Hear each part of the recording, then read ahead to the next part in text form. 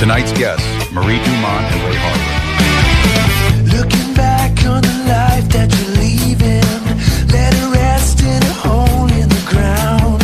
Stick around for the great revealing of the fire you've been dancing around. All we hear is the sound of retreating. No one cares where you're coming from. My ears are still ringing and bleeding. I guess we all knew from the start.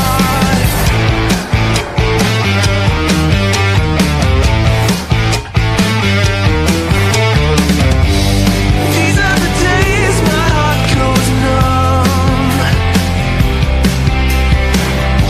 Yeah, one of these days will be the one.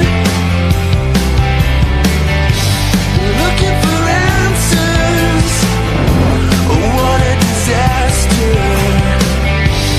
These are the days my heart goes numb. My heart goes numb.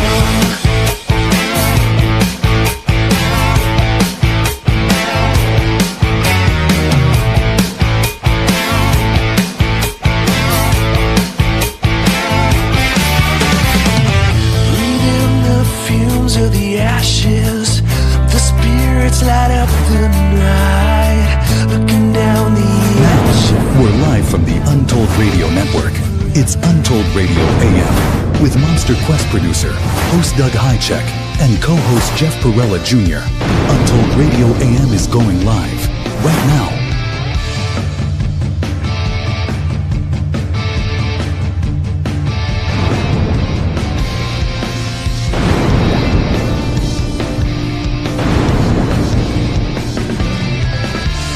This show is for entertainment purposes only. Yep, that's the ticket. Now here are your Untold Radio AM hosts, Doug Hajicek and Jeff Perella Jr.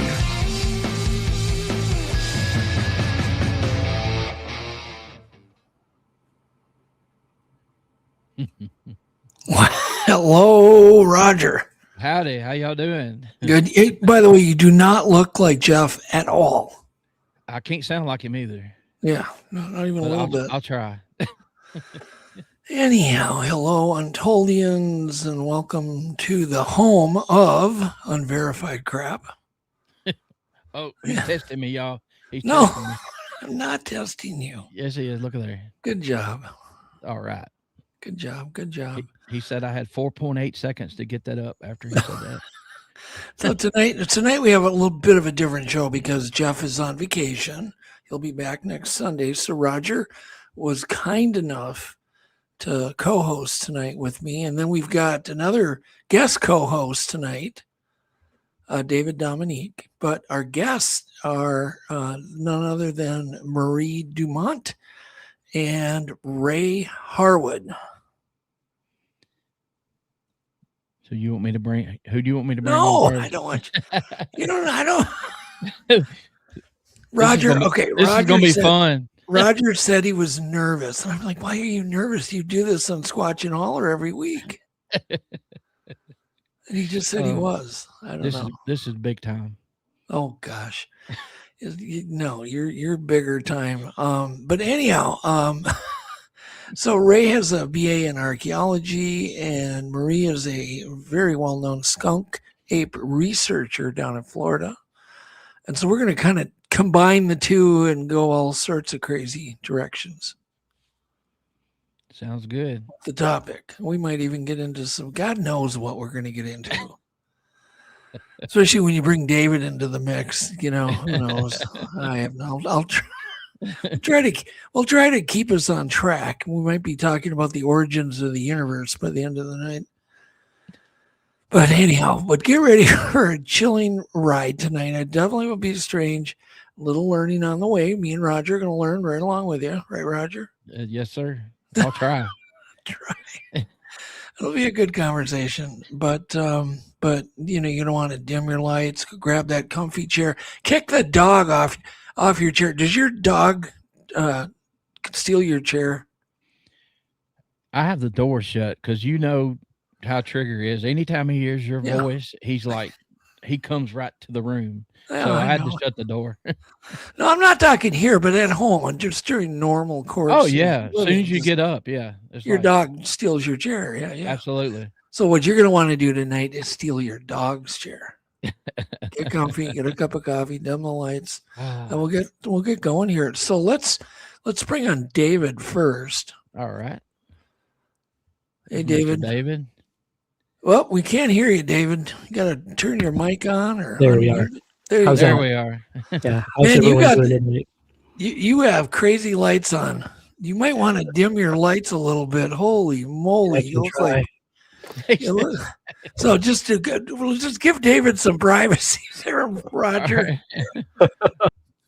And then let's introduce Marie Dumont. Hi, Marie. Hey, how are you? Good. It's been a while. We haven't talked in a while. Yes, Roger, you were cracking me up backstage. I was listening to you. It's not on purpose. I promise. I'm trying my best. Look at Roger. He's literally clutching his chest. I know. Like, are you okay, Roger? Come on, we talk. Yeah, Me and you talk almost every day, don't we? I know that's right. But it's a little different. Well, it's not you. It's not you, Doug. I got big shoes to fill. Jeff does such a great job. So. Oh, okay. Yeah. All right. Well, how'd you like that? Take our hats off to Jeff. He'll be back next Sunday. You'll live through this, Roger. I promise you. And anyway, Marie is like probably, I guess everybody used to be Dave Shealy, right? Now we all think of Dave Shealy and Marie Dumont when we think of Florida Skunk Apes. Yeah, he's still the, I know he's the OG. Longer than I have. So. He's the OG of it all. Yes, he is. You got to get him on our show. I haven't gotten him on. Someday we got to get you and Dave on. Yeah, that'd be awesome. But he has really crappy cell service. Oh. In the Everglades. So yeah, really. I wonder why. Standing out in the parking lot somewhere to try and do a show. No, it never turns out well, but I could ask him for you. Yeah, well, he can always drive somewhere too. Yeah. I do the Everglades. Everything's within 100 miles. Yeah. I did a show from McDonald's parking lot one time. Did you? Yeah. Yeah. I think I did at a post office once. Post office parking lot. Well, the funniest thing I ever had happen is I had a guest on, Marie, and the gentleman drove off he was in his car doing the podcast. No, he was in his house or his studio. Then he got in his car and drove off and kept doing the podcast. Oh my gosh, that's crazy. I thought, okay, only in 2026 can this happen. Driving down the road doing it's crazy. Anyhow, okay, so the person that's going to join is Ray Harwood. Yes. And Ray is got a BA in archaeology. He's brilliant on many, many levels. And he's now clean shaven, Ray. I have not met clean shaven Ray Harwood yet. That's because it's summertime. Oh, okay. Anyhow, but this is Ray Harwood, and Ray is working with Marie, and they are working on. They're on their second book now, right? Didn't you guys do a book together? We've done a bunch of stuff together. We started with the magazines, the Skunk Ape magazine. She helped me really a lot with that. Oh, cool. And she got me, together with Dave Shealy, and I got meet him and do all this. And then Dave Shealy had the video that he recorded in the Sawgrass. I can't remember the name. It was in the park there in the Everglades. I've seen it. Did the 2000 film. Yep. And then Marie and her group did a reconstruction of that event and of that encounter, and filmed it and did all the like a scientific exploration of the whole thing. Right. And that was very interesting, and I'm sure she'll want to deep dive on that. Yeah. And then other than the Skunk Ape magazine, I think we did 6 of these. And then Dave Shealy had it for sale for a while at the Skunk Ape headquarters, which I believe now is the world's most popular roadside attraction, according to the world records. That's so cool. Yeah, so that's pretty neat. And then Yeah. So, and then we did, I did a book about, on Amazon.com about the skunk ape. And of course, her and Dave Sheila were the focus, being from the research community. Right. And now I got with her and I was trying to get something together where we did something that's,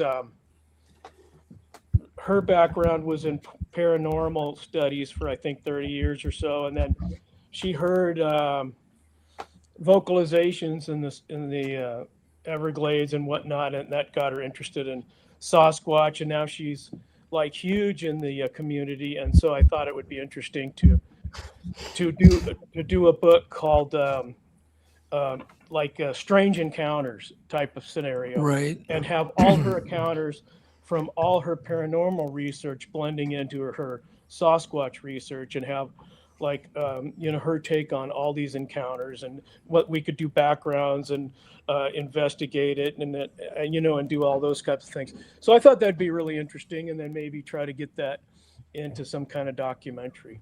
Yeah, that's cool. Take a breath, Ray. Yeah, I wanted to get it all. You're making Roger look calm here. You're making Roger nervous. Come on. Oh, I wanted to get it all out there. Yeah, you did too in one breath. I don't know how you did it. Well, you told him we might go off the rails, so he had to get everything he needed to say. Exactly. Well, Exactly. I was talking to Dave before the show, and we were talking about linguistics and stuff, and so I was just kind of giving an example of the Sasquatch blast vocalization type scenario Right. from Ron Moorhead's Sierra Sounds. All right. Anyhow, Marie. Yeah. So are you still like doing the same type of research down in Florida? Yeah. I mean, Same stuff, same old, just we're the same old. That's- same. Well, you know what I mean. Are you Yeah, come on, man. are you trying anything new? Oh, I'm always trying new stuff. But yeah, I mean, we have our specific. I'm ready if you guys areas. can hear me. Yeah, Dave, you're on. You're live. You're on, dude. Can't you see? Don't you see us? You're on. If you can see yourself, you're on. So, Doug, did Jeff send you the pictures I sent him? No, Jeff is gone. He's on vacation. He didn't send anything. Oh my God, I sent him a whole Oh, bunch no. of crazy photos I wanted you to look at. Oh no, I haven't seen anything. Mm-hmm. Oh, there we I go. sent him all the weaving pictures that we have found in the past 6 months. Well, if you have like one or two emails, maybe Roger can get them up. Maybe not. I'm not sure. I don't know. Yeah, right. It's a miracle that I've got what's on here. Yeah. Marie knows. She Yeah, I know. It was a miracle. I sent anything. My computer was crashing out. I was like on Skinwalker Ranch mode. Everything was going wrong and whatnot. That happens. Anyhow. So are you still researching with Mike, Marie? No. Oh, okay. So we had Mike on the other day. Yes. And I know he's got a little group he started with his family and stuff, which is kind of cool. Yeah.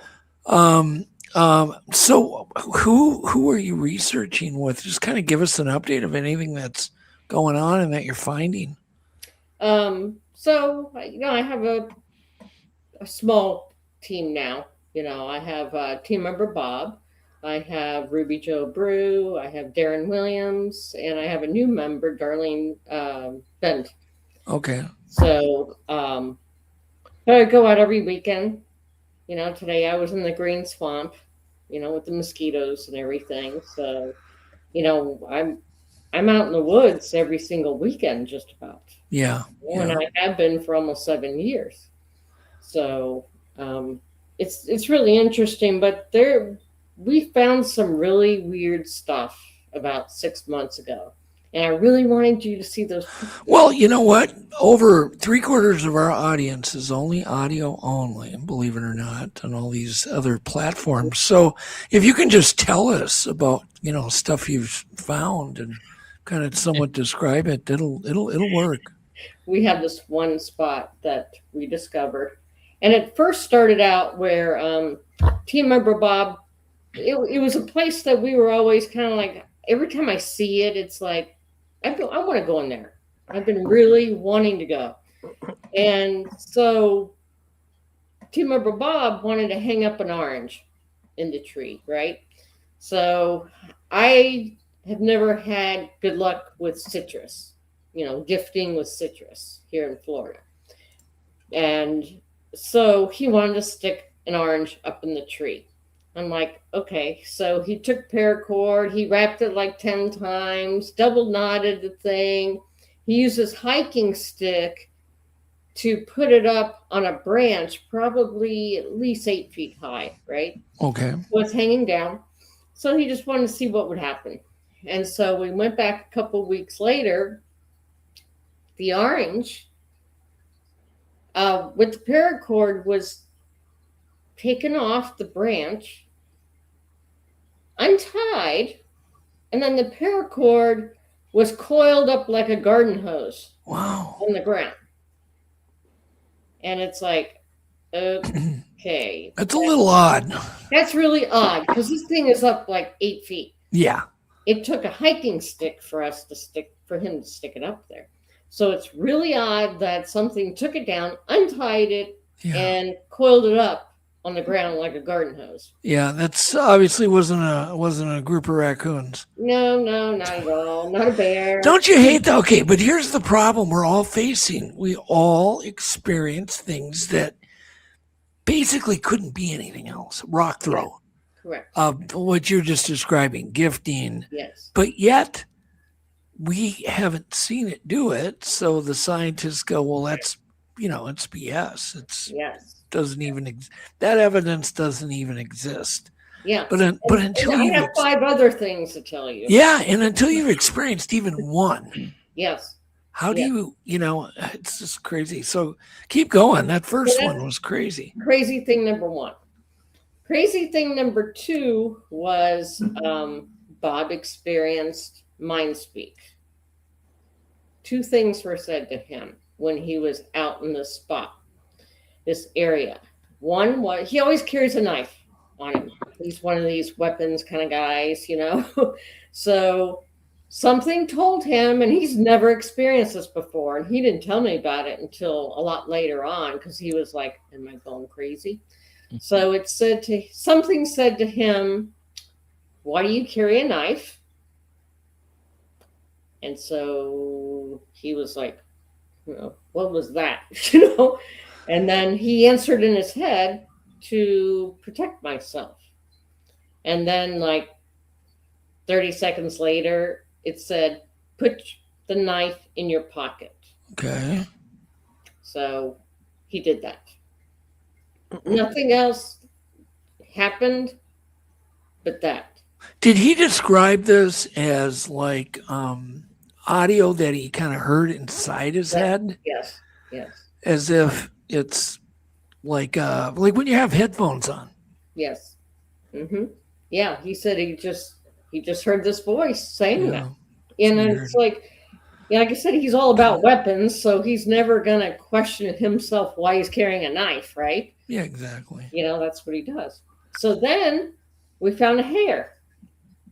We found a 10.5-inch long hare that was not too far from the gifting area, from that where that orange was. There was a dead tree that fell. It wasn't on the ground. I think it was like, it was like 3.5 feet off the ground, but there was a section of it that the bark was ripped off. It looks like something has been going over it, right? Passing over it.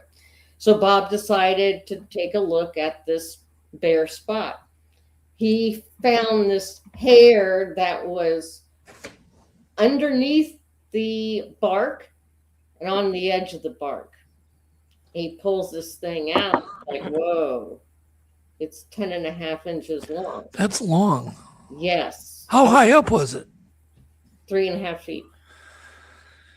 Worse, it looked like something was walking over the log. Now, the thing is, the dead tree. If it was a human, all you had to do was walk 10 feet over to the left or right, and you would have been around the tree. Can you kind of describe the hair? Did you look at it? Yeah, it's very thin. It's wispy. Okay. Yeah, I had it analyzed by a friend of ours in Oklahoma, Brian Terrell, with Red Dirt Cryptids. He looks at hairs. You know, that's his like niche thing that he's getting into. So he's a friend of ours, and I sent it to him, and he immediately looked at it. No medulla. It's blotchy. It's reddish. Oh, okay. Reddish, Yeah. red color, but no medulla. Okay. Is it tapered at the end? I would imagine. It was like broken. The end of the hair was broken. Okay. It was not cut like a human's hair, right? It would have a straight edge on it. Right. It wasn't cut. But this was jagged.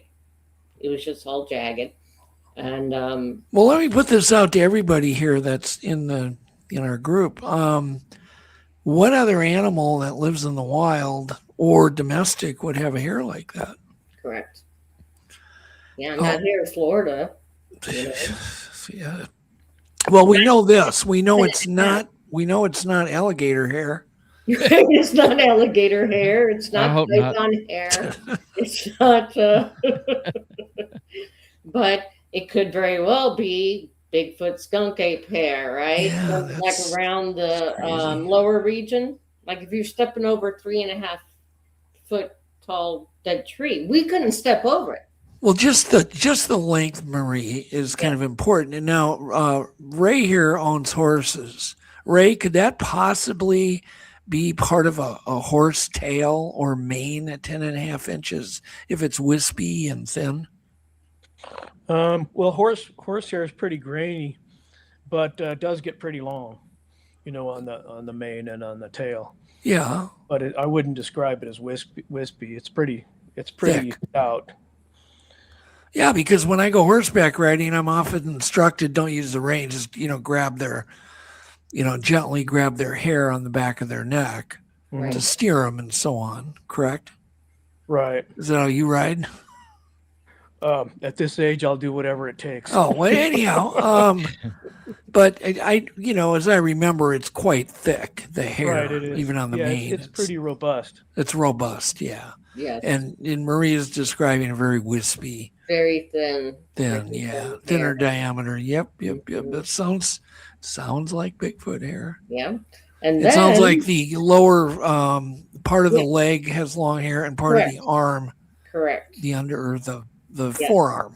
Yeah. And like I said, if it was a human hair, we couldn't step over the log. But like I said, you could just walk 10 feet around the log. Right.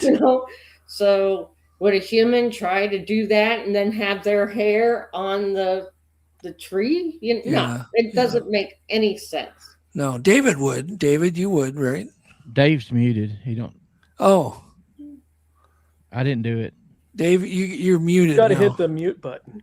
It's at the bottom of the. Hit the button. Poor Dave's having trouble here. I know. So, then found weavings.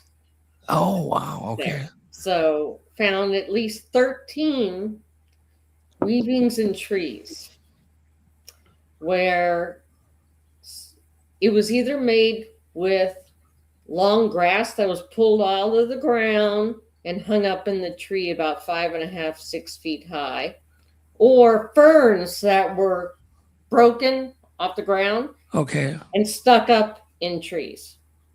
Clusters of these things. Some of them are actually like tied together with pieces of the ferns. It's craziness. I've never seen anything like that. And the people I show, they're like, I don't even know what this is. I don't know. Marie, is that the picture you showed us?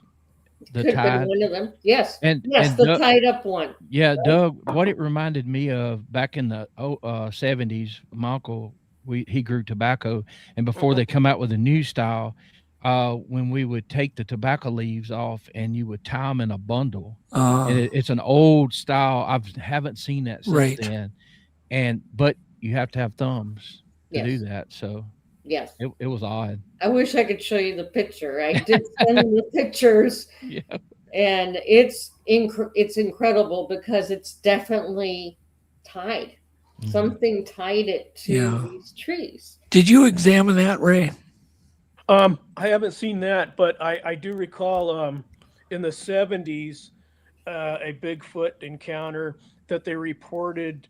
It was a Class A sighting, so it was a visual sighting, and the Sasquatch apparently had a bundle. The Native Americans have medicine bundles. Mhm. It was sort of a medicine bundle, but it was made out of leaves with some sort of I guess you call cordage made from another plant, Mhm. fibrous cordage from another plant.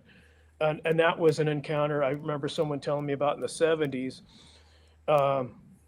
Yeah, so, and like I say, that the Native American tradition of the medicine bundle goes back, far into oral history. Very cool. Very Yeah. cool. I was going to mention just before we go on, Dave, just click out of your software and then reboot your computer and come back on. I guarantee your audio will work great. We can't hear you, Dave. He's mind speaking. Yeah, it's nice. We can't hear you. It'll just take a while to get to us. One comment I'd like to make on the mind speak thing. I was never like a fan of any of that sort of thing, but I started doing some heavy research into the linguistics, Ron Moorhead, Scott Nelson, that genre of research. And when I started breaking down all the sections of the video from Ron Moorhead and whatnot, and running them through all different AI programs and things like this. And I'm not the only one that's instigated that side of research, but I did do pretty deep dive in that. And some of the words came up as like Athabascan type phonemes and things like that. And the timing and things of the speak was like the Athabascan area, like northwest. See this. Oh yeah, that is interesting. Yeah, that's like a You see medicine it, bundle. Doug? Yeah, I can see it really good. And you know where you see that a And that's lot? tied. If you That's go to tied around this tree. if you go to an Indian powwow and you see the white sage bundles, Yeah. they look a lot like that as well. Mm-hmm. So anyway, I started doing the linguistics, and then I noticed that the Sasquatch was speaking at to that. Ron Moorhead. When it spoke to each other, it was real rapid, like I was talking. Yeah, very cool. And then when they talked to humans and went really slow, like when someone's trying to speak English to a Spanish speaker, they go real slow. It doesn't make them so you understand the words, but just the body language and stuff you pick up on. But in the Ron Moorhead recordings, the Sasquatch, when they're directing the verbalizations at the humans, they do that. They start talking very slow and methodically. It's like one word sentences, bam, bam, bam. So basically what I came up with is Sasquatch is multilingual. And in hunter-gatherer societies where you have trading and you meet other hunter-gatherer groups in rendezvous, in the old days they had rendezvous where all the hunter-gatherer types and trappers would get together at these rendezvous. And everyone either spoke Indian Sign or you were multilingual or bilingual or thing. And when you analyze the Sasquatch verbalizations and stuff and sounds in the Sierra Sounds, it's multilingual. And it's almost like he's trying to talk to the people in the camp there and like testing it with different languages. Like it'll speak a little bit of Athabascan, then it goes to some ancient language, then it comes back and there's a couple of words in English, and then there's a couple times when they're not speaking, and it's almost like are they trying to use their telepathic skills? Because when you hunt and you're hunting without advanced weaponry, you depend on each other in the group in a group hunt, and so you can't speak. So you use either sign language, like, there's a deer over there, or whatever, or you have body language, like, whatever like facial expressions, and telepathic. You can exude telepathic type communication when hunters do that for 10,000 years without changing they don't go to farming, they don't go to the Walmart, they're relying on hunting, and after years and years and decades and millennia of hunting together in these groups, they develop really close communications that don't necessarily involve like traditional languages. Yeah. And this is, of Especially course, when you're hunting a mammoth, because those Sasquatch would have been hunting mammoth, bison, Right. and ubiquitous saber-toothed cats, and things like that, because they were around, in the Paleo, in the Pleistocene era, in the Clovis era, and stuff like that. So they were hunting big megafauna, and then they stayed the same while other humans went to hunting smaller game like deer and moose and things like that, and bison. The megafauna hunters, like I think Sasquatch has carried that ever since. So you have millennia of hunting in these groups without being able to speak. So I think that something developed along those lines. Well, So, I know- so you're one of the people that believe that they can actually speak words and language, and Or at least like English, even for example.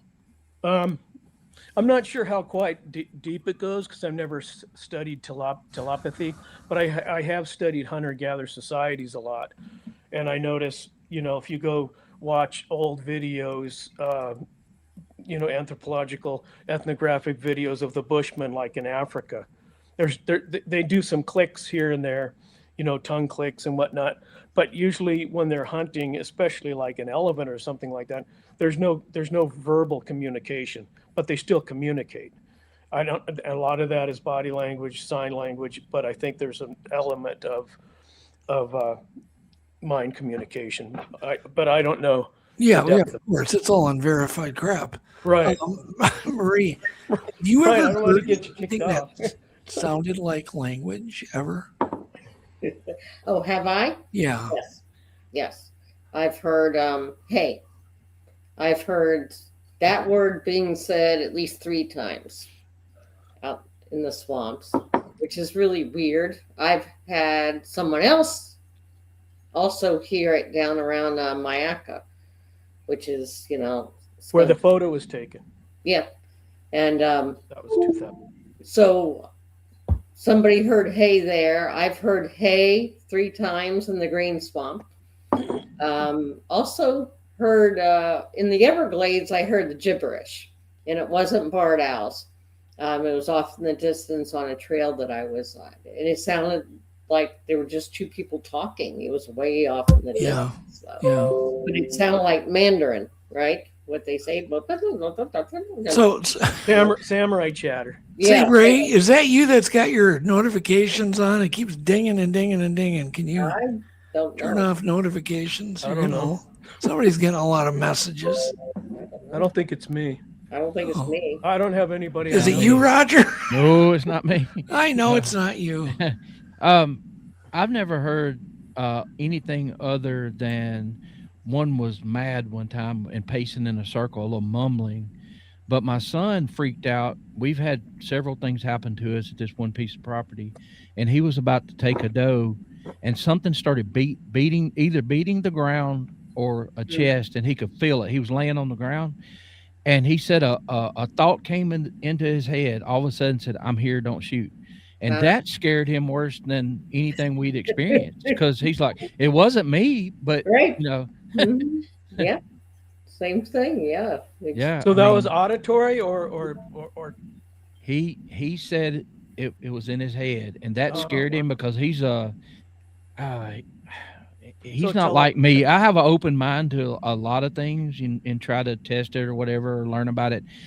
He's never experienced anything too weird, like paranormal. I didn't tell Marie, but I grew up in a haunted house, and so I've heard things and seen things that he hasn't. And that I think it scared him because it wasn't somebody speaking and he heard it with his ears. Correct. It was in his head. And it was the fact that it said, "I'm here. Don't shoot." That's So, cool. yeah. That's really interesting. Yeah, I have never experienced anything like that, but I've certainly, we had the talking at Snellgrove, which sounded, I don't know if it's English, but it sounds like some kind of language. And then, of course, you have all of the anecdotal evidence from so many people, including Ron Moorhead, of course. Of course. Yeah. And he recorded it all.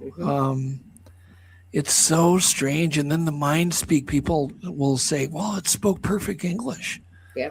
And it's such a weird, and I don't want to poo-poo anybody that claims that, because there was one time I heard what I swear was Mind Speak many, many years ago, when I was driving in the city and I heard a man's voice in the back seat.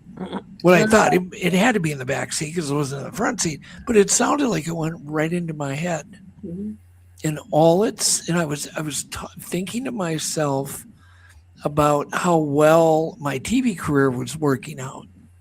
This is many years back in the 80s. And I heard a voice say, "Someday you'll understand." That was it. And I did the bullet turned around and looked behind me, thinking there was some dude in my back seat. And it was right when I was going under a little dark bridge and in through a kind of a tunnel. And it was just, the whole thing was creepy. But I've never had that happen since, but I will never poo-poo anybody that's had that happen because of that. Because I swear whatever happened to me was real. I'm standing by it. So anyhow. Yep. Have you ever experienced Mind Speak of any type anywhere, Ray? Let's see. I wasn't at Woodstock, but No, I'm not talking about while you're smoking ganja or anything. I'm talking about in regular life. Okay. Regular life. I mean, I don't think so. I think of I don't know. I was I think I heard a ghost once, actually, but okay. Well, what did you hear? Go ahead and tell us. Well, it was out here in Idaho. There's a big. It's called the Ohio Matchstick Company, and it's a giant paper and it's a paper company. So it's timber. Yeah. And it's massive. It goes from North Idaho and through like Canada and along the border there. And if you go to this certain store, you can get a little permit, and they'll let you go and do pretty much whatever you want on the timber property there. Yeah. So I was deer hunting there, and I was with another guy hunting, and he did sign language. He was this deaf guy, and the day before we got chased by this big moose, right? Yeah. So I heard something, and I thought it was him trying to warn me about this. So it was a riverbed with a stream coming through it. So I had a bow and an arrows, and I was coming around this curve, and the sound of the wind and the water trickling in the river, when they combined, it sounded just like the Native Americans' drum at a powwow. And it got real loud, and then instead of two sounds, it was one. And so I I thought, oh, someone's over there with a tape recorder, playing like powwow music, So I kept going round and round the thing, and there was nobody there. But it was really loud, and it wasn't like, what is that sound? I mean, it was right. real obvious what the I get sound you. was. So I think it was like a ghost. Yeah, things like that tend to open our minds. Well, I have a quick story, Doug, just that goes along with what we're talking about. Perfect. So I have a friend, deaf. He's been deaf since birth. He's a little older than me. Went to school with us. Never heard a human voice in his life. We did sign language. We wrote on a pad and all. He was over here helping me with my yard, and he was telling me about going to an old house they were going to sell. So he was doing the same thing there, and he walked in, and he said it was dark. He said there was no lights, and all of a sudden he started doing this, and I'm like, what is that? And he put voices, and I'm like, what did they say? And he said, get out. And he said it was multiple different voices, and I'm like, my mind is blown. I'm like, hold up, Mike. How did you know there were voices? He's like, they were talking to me. And I'm like, so if somebody's never heard a human voice in their life, Yeah. has mind speak, whether it's ghost or whatever, that floored me. I still don't know what to think about it. Now, That's when a deaf person dreams, can they hear in their dreams, I wonder? Right. yeah. Right. I don't know. That's really, especially since he's never heard a voice before. Exactly. Yep. Right. I'm not saying he was asleep then. I was just, it just Yeah. brought Yeah. that question. I understand. I understand totally what you're saying. That was just Ray being Ray. No, that was a good point. That blew my mind too. Thank you, Ray. We love you, Ray. Anyhow, okay. So, all right. So let's just quickly talk about this new idea that you guys are thinking on putting in a book. What are you planning on covering? All right, Ray, go ahead. Ray? So I was thinking, sort of like just what we're talking about now, because of her background in paranormal, and then her, her life experiences in that realm, in that genre of research, and then after each, like, she could tell her story of what she experienced when she was ghost hunting and whatnot, and then we could do research on that, backing it up, like background of it. Oh, okay. And then do some research, like if it was a haunted house, we could do research on who lived in the house, and do that sort of research. So it's a departure from the skunk ape. Yeah, we'll get to, but actually getting to the skunk ape, because it would be her strange encounters, Okay. from paranormal to her strange encounters with, the skunk ape research, and then just kind of just blend it all together, but like do a deep dive on each one. So I thought that'd be kind of interesting. Yeah. No, it would be. Do you think there's one thing, Marie, that's like absolutely without a doubt is something they do or you've experienced that you absolutely know what they are? And then what is the one thing too, the second part, that puts doubt in your mind that these things are flesh and blood? I got too many questions. I'm sorry. So what's the one? Yeah, what's the one like piece of evidence that you've seen, that you've personally experienced? Well, That it's like really the thing that convinces happened you. in my car, my experience in my car with the Bigfoot. Well, tell us. Yeah, that was in Jacksonville 2 years ago. Jacksonville, Florida, Jennings State Forest, and that's where I found a quarter-mile trackway of footprints. And they had a 54-inch step length between each, Okay. and they were 16 inches long. So after I found that trackway, it was late at night. We couldn't see too much more. I found 3 prints, and we knew there were more, but we couldn't see any. It was just dark. So we go back to the campground, and I'm in my car camping. And Ruby's in her car camping, but our cars are like 15 feet away from each other. And so probably around 3-4 in the morning, I had shades up in my car. I'm trying to sleep. I cannot sleep. I'm in the hatchback of my Subaru, right?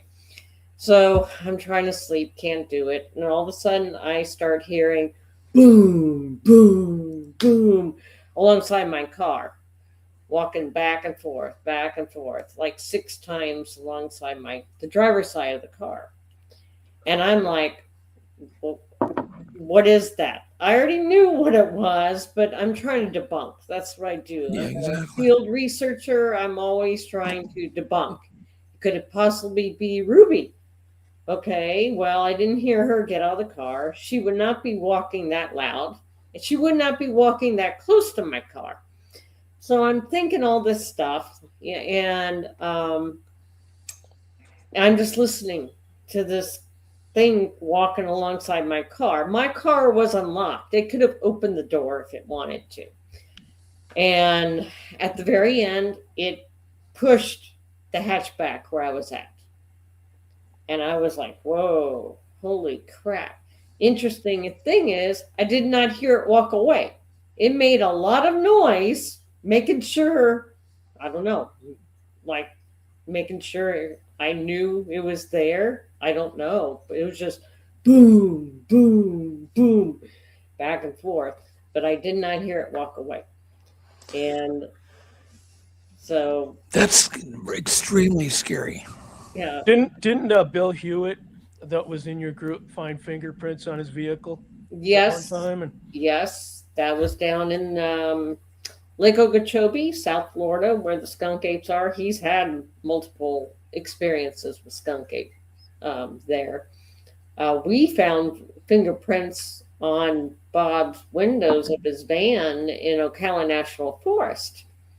And he woke up, he was sleeping in his van. He woke up, he looks up, and he has a light hanging from inside his van, and it's swinging back and forth. And he's like, that's odd. Why is that light moving? Well, something woke him up. Something probably pushed his van or something. And there were fingerprints, like something was looking in his windows. They're tinted, all his windows. My car was next to his, not a single fingerprint. My door wasn't locked. If it was a human snooping around, they could have gotten in my car, stole my stuff. Yeah, right? exactly. It didn't. It messed with his van because he was in it. Yeah, and well, it wasn't me. It wasn't Ray, so it had to be. might have been. It might have been actually. I've got a question I want to throw out to y'all, all of Sure. you. So I got laughed at because I asked this question one time, but out in nature, how many things possibly could Bigfoot see its reflection in? And we have a ton of car visits and van visits, Yes. and sometimes I think it's probably what you're saying. They're coming and observing, seeing what you're doing. Mhm. But if you think about it too, some of these cars and vehicles are so shiny, Yes, maybe they see themselves for the first time. I Yeah. don't know that very well. Because you're talking tinted windows, right? exactly. So that is going to be Yeah. it's going to be reflective. Yeah, it's So- gonna be like a mirror, especially Yeah. in the evening. Mhm. Right. Mhm. Has anyone, as a research project, set a mirror like out in a high density area of encounters, and then maybe set like some foot traps or game cameras, just to see if it would come up to the mirror? Well, I think it might handle the mirror, but no, I don't know of anybody that's actually done like a full length mirror out in the woods. I've heard of some people who have done that. They put one of those full length mirrors out there and What happened? attached it to a tree. The only thing I know of was like a bear came along and freaked out because it saw its reflection in the mirror and stuff. But as far as Bigfoot stuff, not that I know of, but it's possible, right? It's a good experiment to do. Yep. My wheels are turning. And Doug, if you use multiple mirrors, could you hide a camera? Yeah. Speaking of mirrors, so I did my tech breakdown last week on like using a 45-degree mirror and then having your camera aim at the 45 degrees, and then it collects light from either like the outside of the house or whatever. So it's basically a periscope, a reverse periscope. And I did the tech breakdown, got done, and Mike goes, well, I had a dream once where a Bigfoot came to me and said, if you want to see us, use a mirror. Interesting. And I thought, well, and he swore on his kid's life that he had that dream. And I'm like, well, it's kind of a coincidence that I was talking about that. And then you brought up your dream. And so we actually have a live camera right now that I can get on my cell phone that's using a mirror. And the camera's aimed at a mirror. It's actually outside, but the camera's not aimed at the ground or anywhere. It's aimed at a mirror. How long have you had it out there? 2 days. That's it? 2 days. Now, it'll be out, hopefully, the whole summer. What size mirror are you using? I don't know exactly. I told him to get a 12 by 12 and maybe cut it in half. So 12 by 6. Just big enough to cover the camera's, field of view. Doesn't matter. But you can get a 12 by 12 mirror at the hardware store. They used to be about $1. Remember in the old days, people would put mirror tiles up all over their wall, like in their basement or behind their bar. Well, they still sell those. There's not much of a market for them anymore, and I think they're kind of giving them away. So yeah, it wouldn't hurt to have one. You can wrap the edges with tape, so you don't cut yourself, and just be careful. We're going to talk Doug into taking an extra car and putting cameras inside of it. I mean, there's so many things that can be done that have not been tried or that have only been tried once. Right. That's meaningless. You need to do it for a long time. Yeah. Multiple. You can never give up on a new idea. Yeah. If the idea seems rock hard, you just keep trying it, because to me, one of the most dangerous things for an animal, if somebody's hunting them, is use their curiosity against them. So, we're gathering all this information and things have happened. Yeah. I love having conversations like this because there may be other people thinking about it, but I've never thought of, about it. So about using a mirrors. Or what's really cool too is now you can get mounts at Amazon. You can get Wise cameras, and they'll notify you with AI of any activity, and you could mount one. Like if you live in a cabin or you have a summer home and you're having Bigfoot activity occasionally or constantly, and you don't know what it is, put a camera on the window, but use a mirror and a 45 undercut, so it's the light from the outside's hitting the mirror and then into the camera. So then you can't use that argument that they're afraid of the lens, right? Because they're not going to see the lens. Well, also we were talking about possibly a Sasquatch being multilingual. I was doing research on that. Okay, stop for a second. How do we go from mirrors to multi? Well, I just wanted to say. No, go ahead, Bertie. No, I love you. You're talking about putting up cameras, and you're talking about mirrors. There is a chance it could understand what you're talking about. I was reading about dogs, and some dogs can they know up to over 1,000 English words. So if a dog understands 1,000 words, how much more would a Sasquatch know? So I mean, it is possible, like you're talking about. Okay, we're going to go put up these mirrors and these things. It could hear you and maybe understand what you're doing. Yeah, just a thought. It's a good thought. My biggest weird thing that ever happened to me that just kind of made you go, huh, is we took these little tiny cameras and we were in the deep wilderness up at Snell. And we hid them, we put them all low, and we'd spent the day camouflaging each little tiny camera with moss and, using hot glue. And we decorated them, then hid them low. I mean, we couldn't find them again.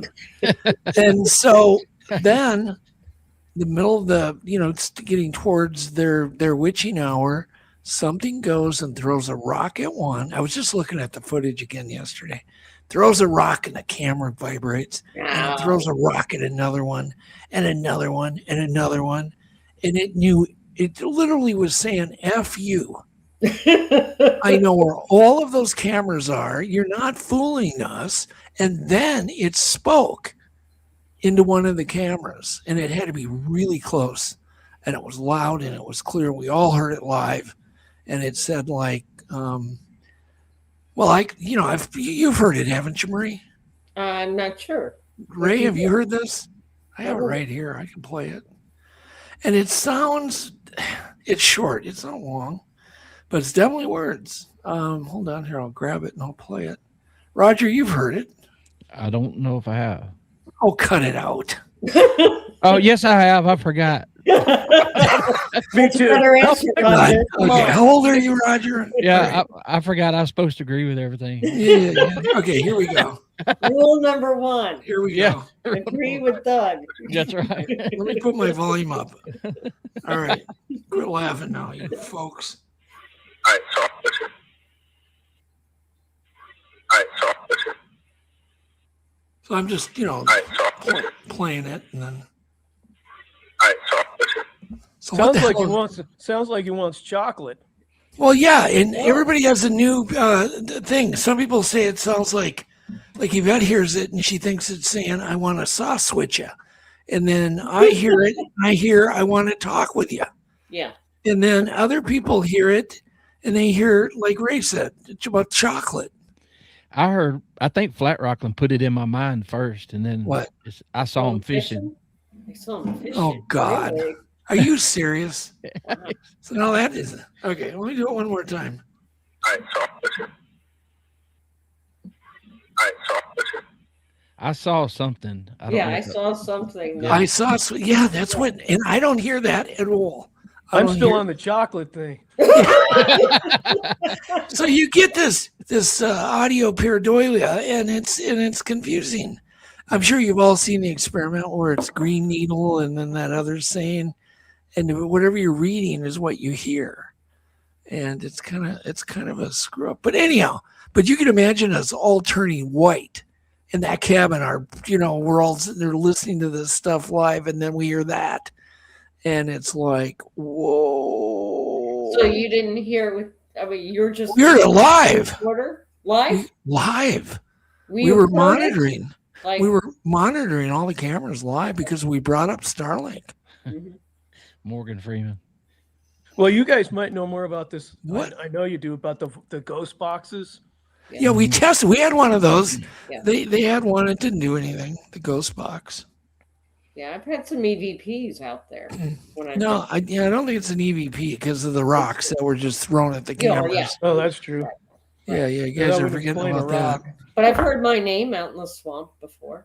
I've heard something say my name. Marie. Yeah, that's not good. It's like it mimicked you or mimicked Maybe it's like somebody me, else. Roger. Okay. Yeah, I'm up here in the Appalachians. That's not good up here. Yeah, it's not good. Yeah. Well, but it is interesting though. We know they watch us. That they're around. We don't know they're around, so they may hear us say things. Mm-hmm. And if you go in the area enough, it may learn your name, or it may know your name before you get in there. I don't know.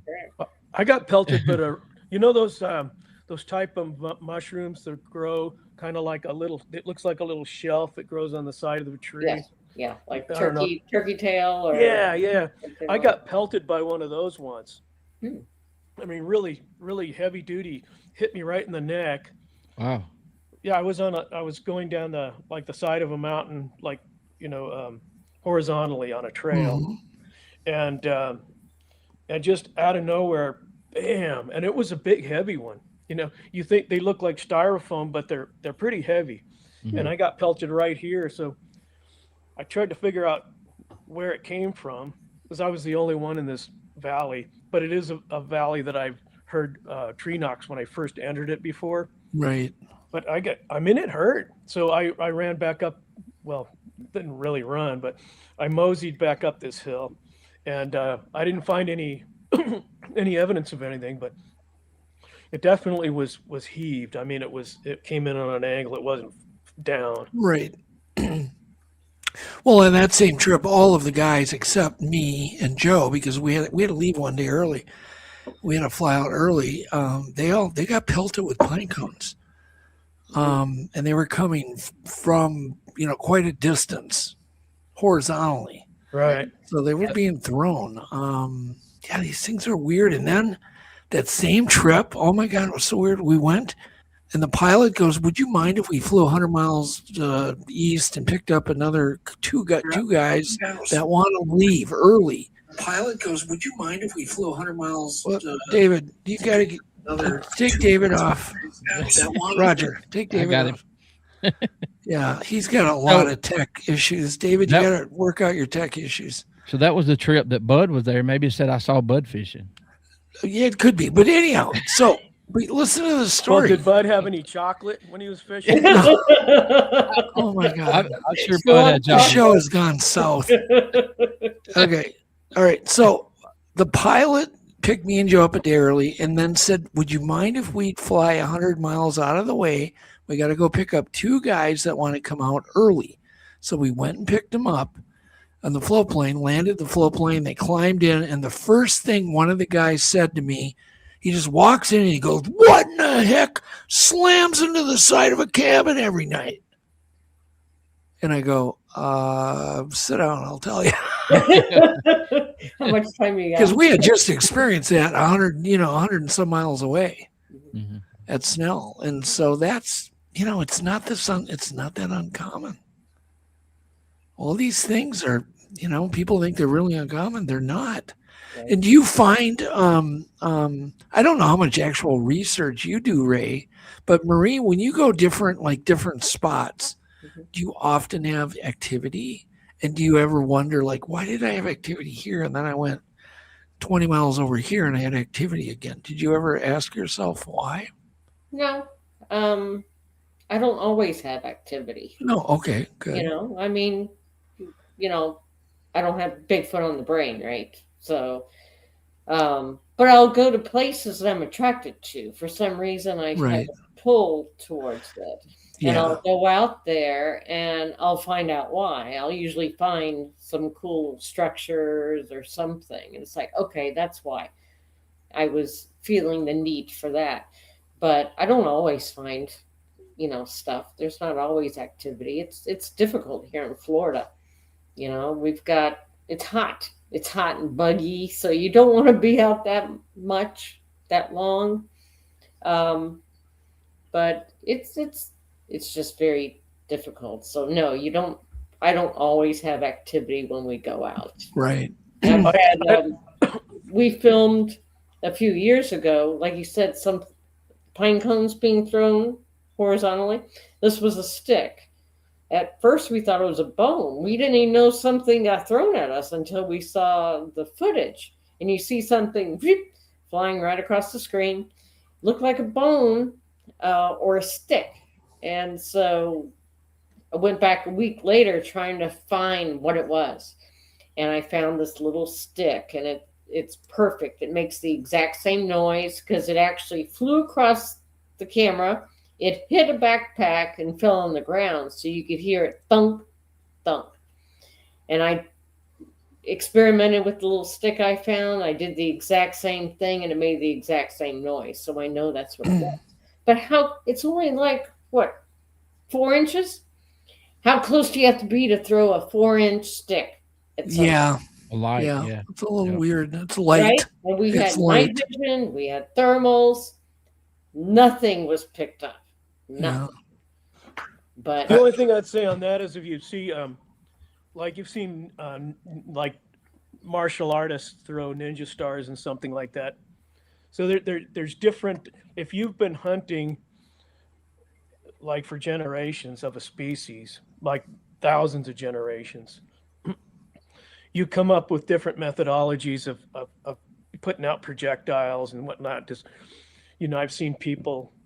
I saw a Native American girl once throw a little pebble and kill a quail at 10 feet. And I would never be able to do that. So I mean, it could be just a long time of repetitive, and this is passed down through generation and generation. So I've seen people hunting monkeys in South America with a blowgun that the distance is pretty far and it's just a little stick. So it could be just the methodology they're using. Yeah. Just a thought. But we didn't pick up anything on the cameras. Yeah. Because we were sitting in a circle. It would have to So be we were kind of all a facing distant a different direction, and every single one of us had something. Night vision, thermal. So you would even see it if it was up in the tree. Yeah. Yeah. Yeah, You have to be far away.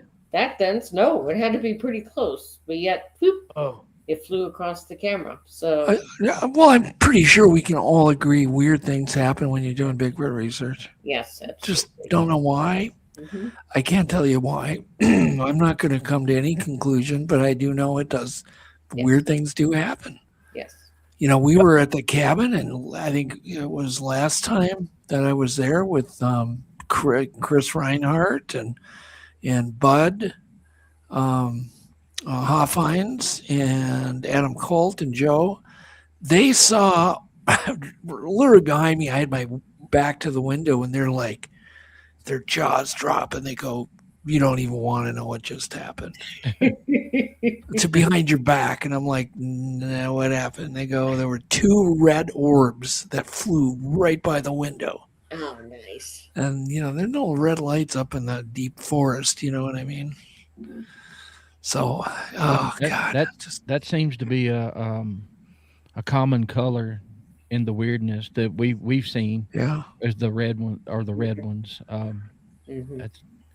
I didn't think I'd be talking about this stuff, y'all. Why? 30 years ago. Well, because some of it sounds weird, but when you get out there, like Marie, you get out there, Doug, y'all have been out there, and you're looking for one thing, and then these orbs show up and they're dancing around. You're like, what is going on? Yeah, I've had 2 orb experiences. Down south around Lake Okeechobee.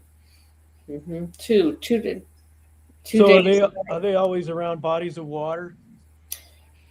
No, no, not necessarily. The second one was in a swampy area, but the first one was not at all. So they seem to be within so many feet of water or a swamp or a creek. It doesn't have to. A lot of the time, it could be a body of water you're not even aware of, a little tiny water 2-foot wide underground. creek or a spring. But generally, yeah, they are near. They're 90% of the time they're near water, within 500 yards. Are you talking about orbs or Sasquatch? No, Bigfoots. Bigfoots, okay. And as far as orbs go, yeah, they're often seen around water too. mm-hmm. Yeah. I don't know. I don't know. The question you put is like, how often do I have like experiences or whatever, or see something? It's really rare, actually, for me.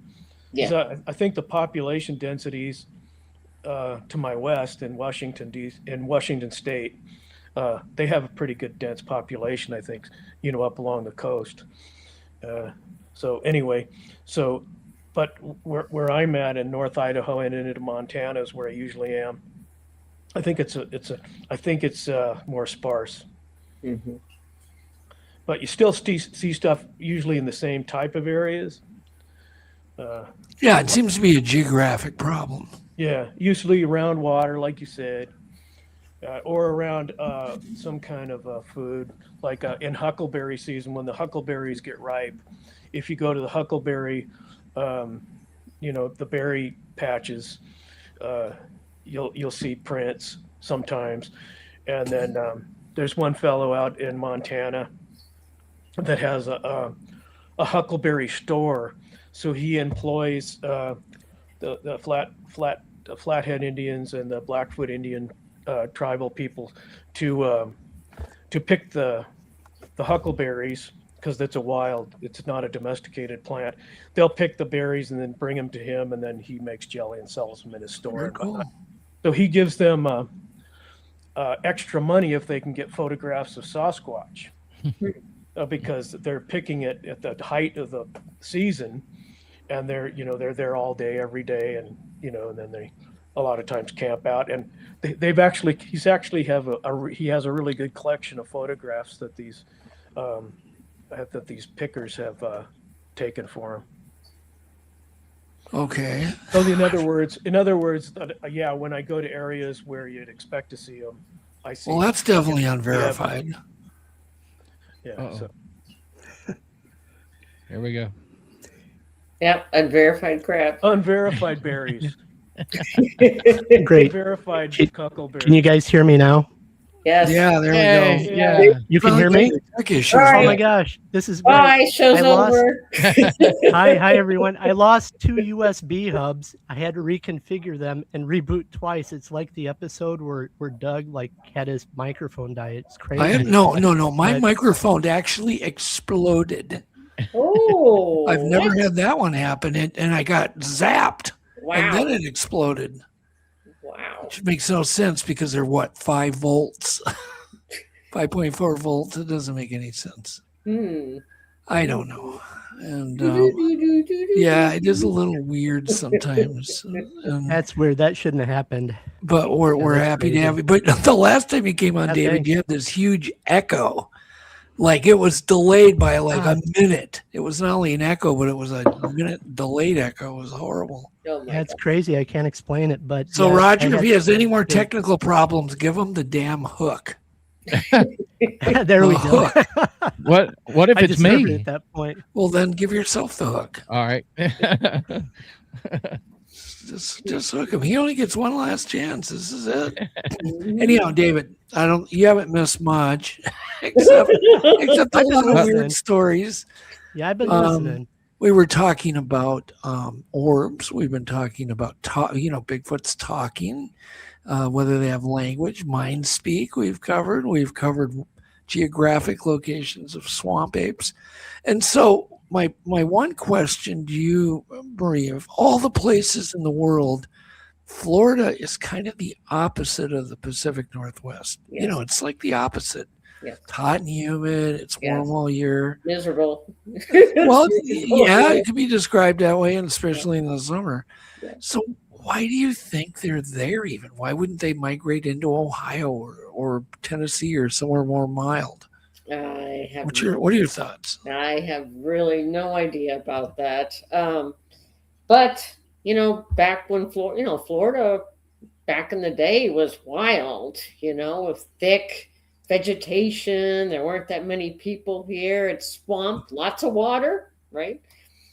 Swamp, there's lots of wildlife and stuff. Well, now I think we're getting more sightings because there's more development going on here. There's people moving here. These developers are mowing down all the habitats of all these animals, the skunk apes and Bigfoots and stuff like that. So it's harder for them to get around. So they're probably more noticeable, right? Yeah. Than the Pacific Northwest. Do they have laws that protect wetlands in Florida? Supposed to, but it seems like the developers get away with anything they want. Yeah. Okay. So I got to tell this just quick story. I was looking at an office building, and yet I needed more parking spots. I didn't want to buy it because I needed more parking spots. And I went to the city and I said, I need to add like 4 more parking spots. And we would have to put a culvert in a ditch, like it's a ditch, not a wetlands. It's a ditch. You can call it a wetlands all you want, but it's a man-made ditch. And they turned me down. I had to meet before all these powerful people, and they turned me down. And yet I see them mowing down wetlands by the mile and mile now. Yes. And it's like, how corrupt. Yes. And Absolutely. I even offered to buy an acre of wetlands and preserve it in exchange for my little 6-foot variance on a ditch. I mean, I did everything I could because I really wanted this building. It was this amazing deal, and I needed the room, and we needed to move, Untold Radio. And so my thing is I would imagine it's a nightmare in Florida with all the wetlands and the building and the draining and the pumping. Yes, it's terrible. It's just terrible. We got so many people coming here. We've got an extreme drought going on, which is why right now it's good for research because we can get back in these swamp areas that you've never been able to get through before. Yeah. So that's the benefit as a researcher for the drought, but it's not good. And the developers get away with murder. They're just plowing down stuff, gopher tortoises are supposed to be protected, and they just mow them over. Yeah. They just bury them. They just destroy everything. They get away with it. Now, I'm a realtor, okay? So the residential realtor, if you were trying to buy land, like what you said, if you were trying to build a house, your house has to be 100 feet away from the wetland, the line of delineation or whatever. It's bullcrap because the developers get away with their. Oh, I know. Yeah. I think it's just a matter of who bribes who. Mm-hmm. It's all about the bribe and the corruption, and it's just, it irks me though. It really does. Yeah, it's kind they're of sad. just destroying everything.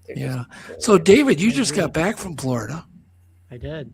And you watched the Artemis launch, I believe. It was amazing. I flew Yeah, my cool. sons down to watch it with me, and it's something they'll tell their grandchildren. It was great. Yeah, Did the you- launches are really cool. Could you see the Artemis launch, Marie?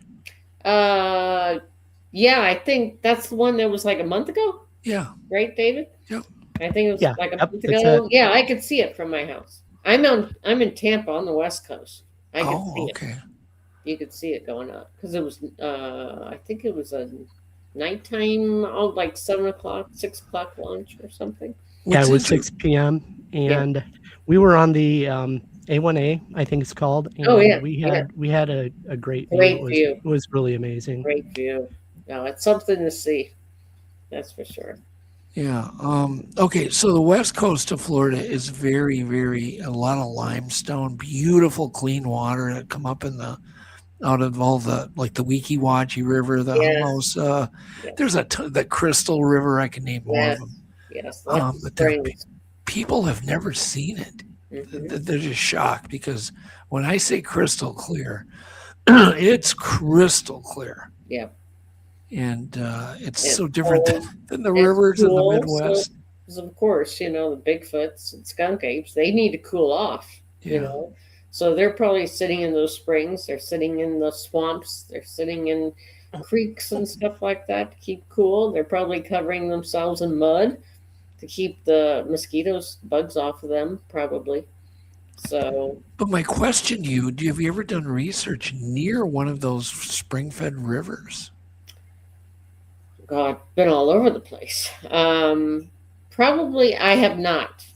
I just wonder if around some of those areas there would be a bigger population. I don't know. I mean, just brain diarrhea here. Right. I think one of the reasons you asked why they stay in that environment with a hot humidity Yeah. and whatnot, with all that hair on them and stuff, I think over time they've developed a symbiotic relationship with the environment. So they develop certain foods that they can expedite and favor, probably. right. So I think it's like the symbiosis thing. They become part of the environment, and so they feel comfortable in that environment and they're part of it. So Yeah. they know where to get their fish. They know to get their alligator eggs or their swamp apples and whatnot. Yeah. And they know where they're nesting. They have nesting areas. They know the seasonal foods.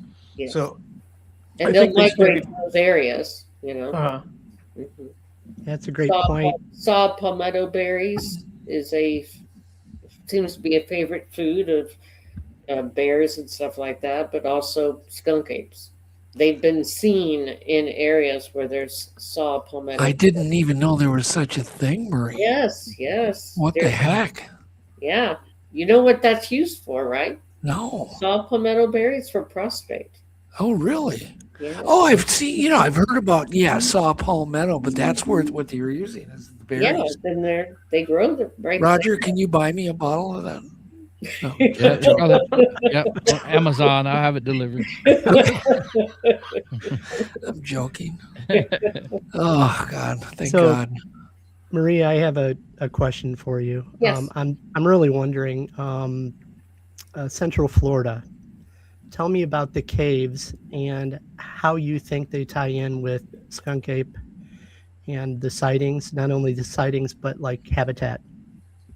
Well, first of all, I'm one to believe that we have both. We have Bigfoots and skunk apes in Florida. Mm-hmm.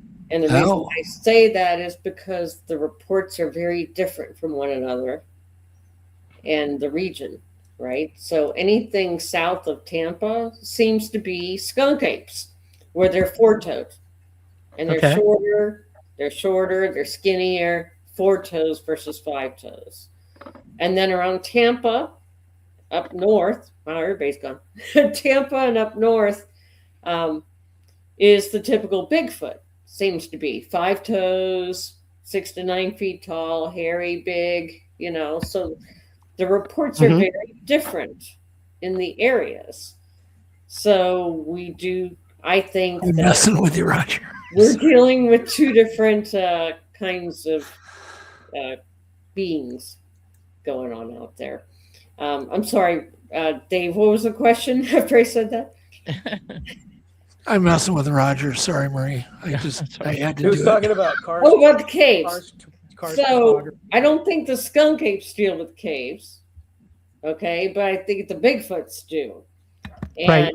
it's the coolest place to be in Florida is in a cave where it's at least 10 degrees cooler, if more.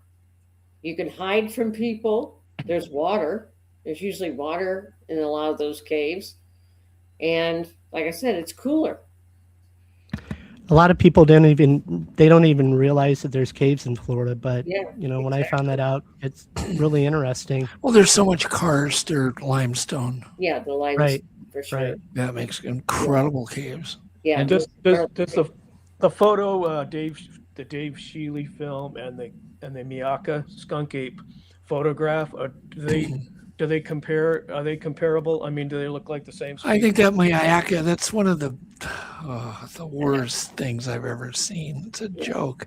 So that's like a hoax. Well, I've heard it matches exactly the Ripley Believe It Museum.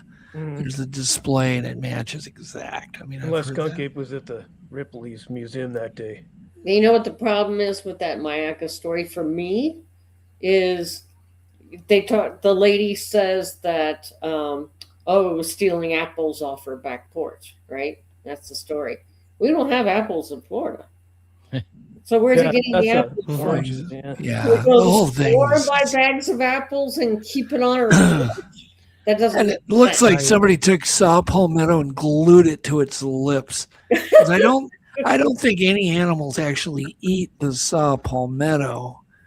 Why would it be eating that? Because it's pretty much cellulose. It's Yeah. non-nutritious. Well, a lot of those photos I animated to see what the AI would do with them, Yeah. and on that one it turned real weird. It looked like a giant teddy bear stuffed animal thing. Yeah. And then, but some of them would like turn and then walk away, and it would be a bear.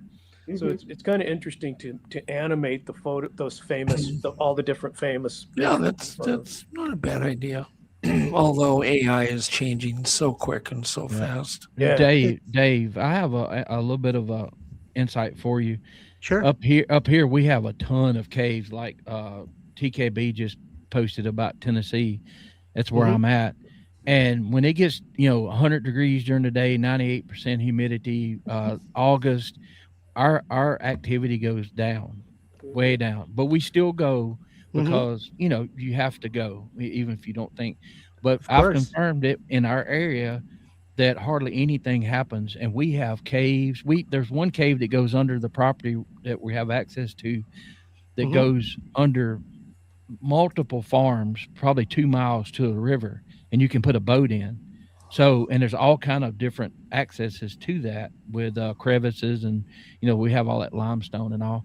But I have noticed that in the past 3 or 4 years, that if we go on a very humid, muggy night, we're wasting our time.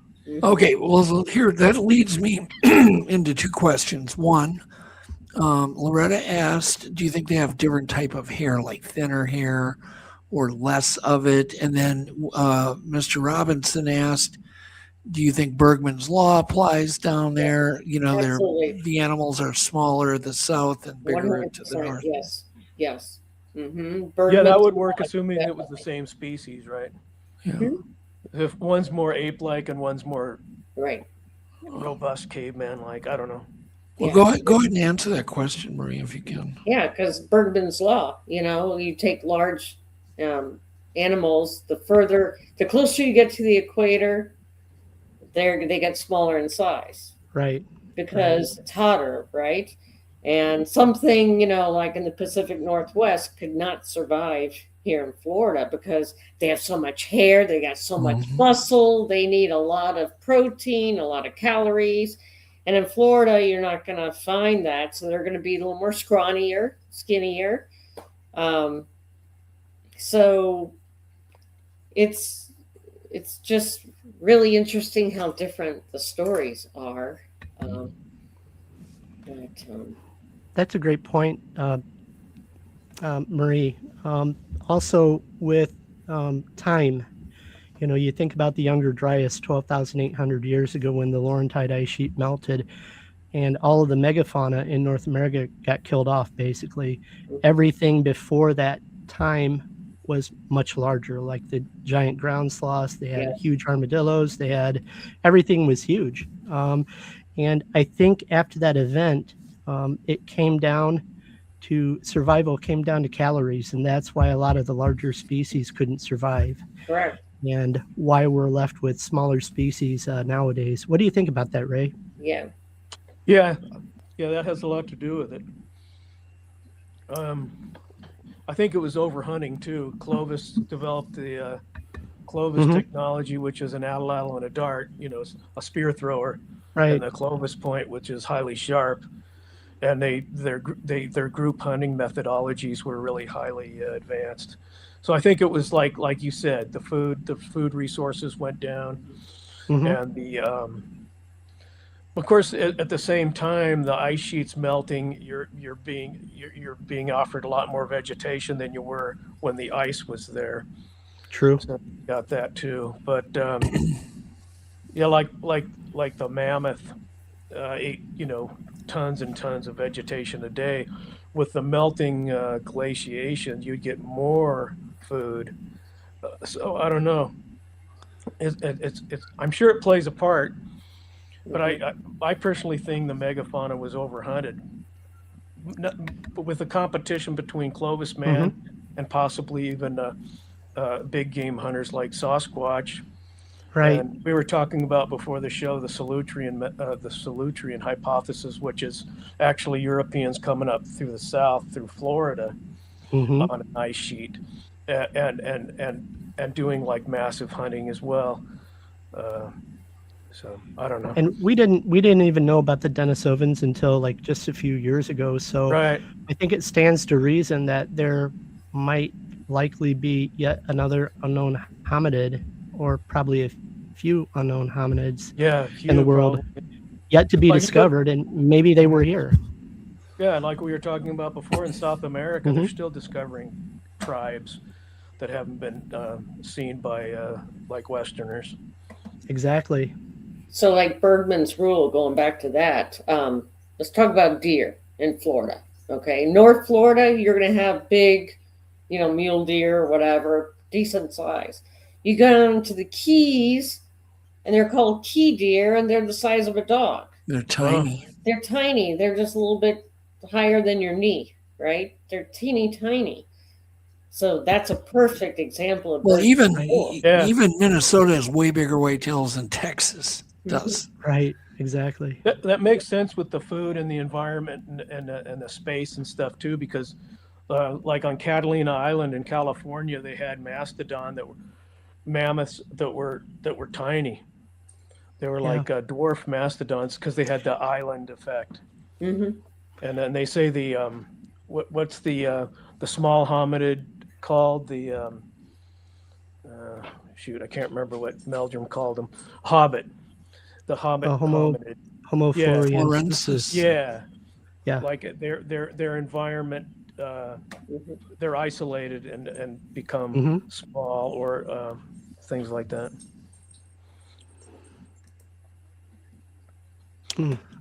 Okay, so Marie, you had mentioned Bigfoots and skunk apes you think are different. Can you kind of expound on that? Just a tad? I briefly talked about it, but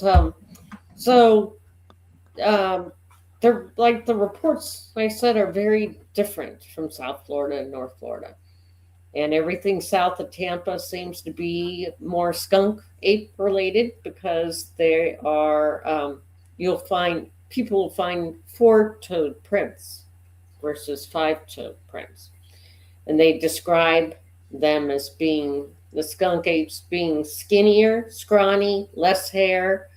They're shorter. They're like 5-6 feet tall.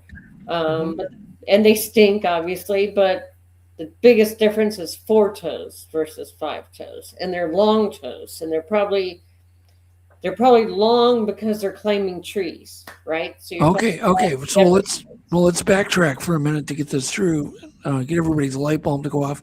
You're saying skunk apes have 4 toes? Yes. And longer toes? Yes. That's kind of a key point I've never heard before. Yes. Why am I never heard that? I don't know.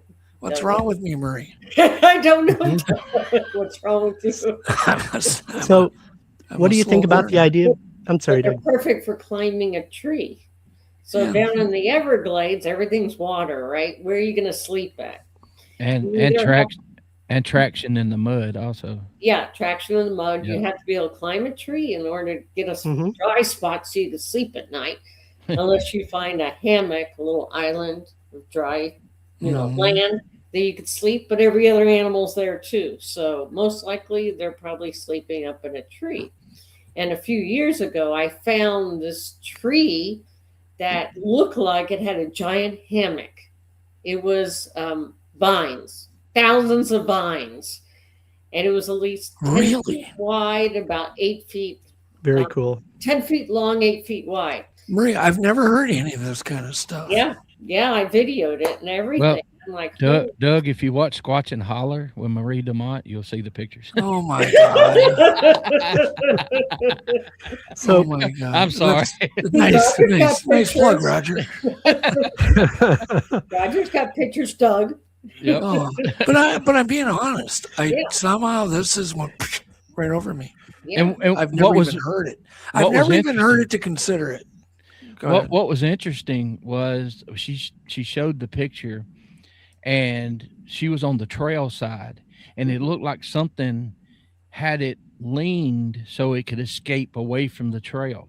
Yeah. Is what I saw, and it looked like you said, thousands of vines intertwined, and it didn't look natural at all. It looked like a hammock, right? It's not like a bunch hammock. of kudzu growing. No, it's thick vines. What were the vines made out of? Do you know? They I were don't know what kind of thick. vines, but our vines here, one vine. These are like Tarzan, like the old Tarzan vines, Yes. right? That Tarzan would swing on. Okay. Yeah, they're almost Thick vines. indestructible.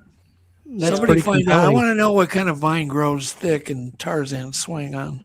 Yeah, we are in these areas. We do. We have these thick vines, and you can, if you want to try it, you can hang on them and swing around. But not me.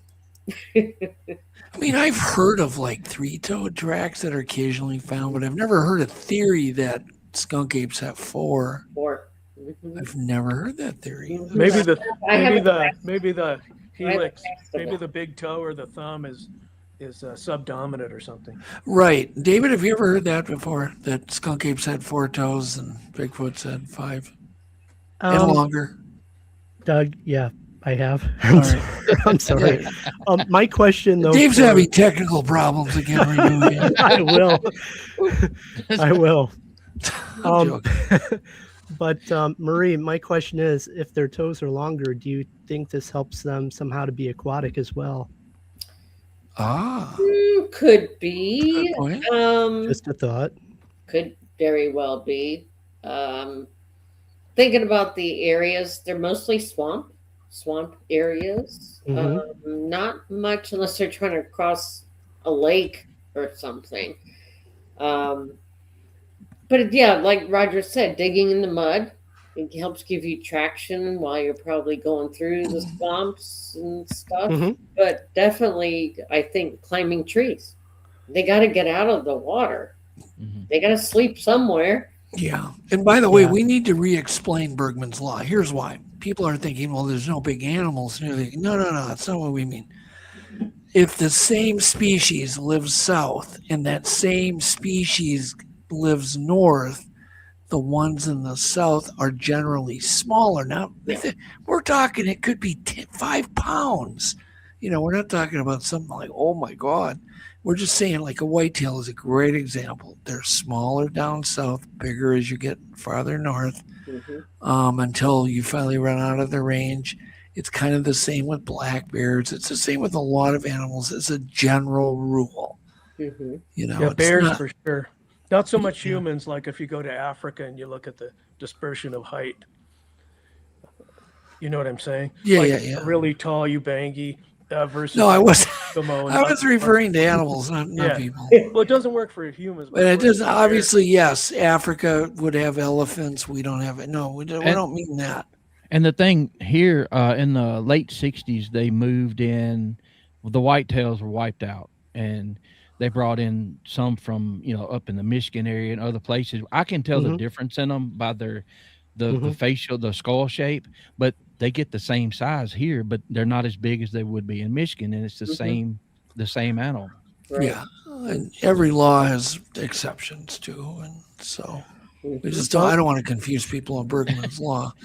I used to grow bonsai trees, and it's basically a big tree, but what keeps it small is you put it in a small pot and you never increase the size of the pot. So maybe, there's, I don't know, maybe it's just nature that's doing it somehow. Well, it's the whole thing is that a larger animal can hold more heat in and survive. So as that species propagates up north, they get bigger to hold more heat in, and it aids in their survival. That's the only reason for it. That makes sense. That's just heat conservation. Yes. But it is kind of interesting that Sasquatch and bear both fit into the Bergman's law.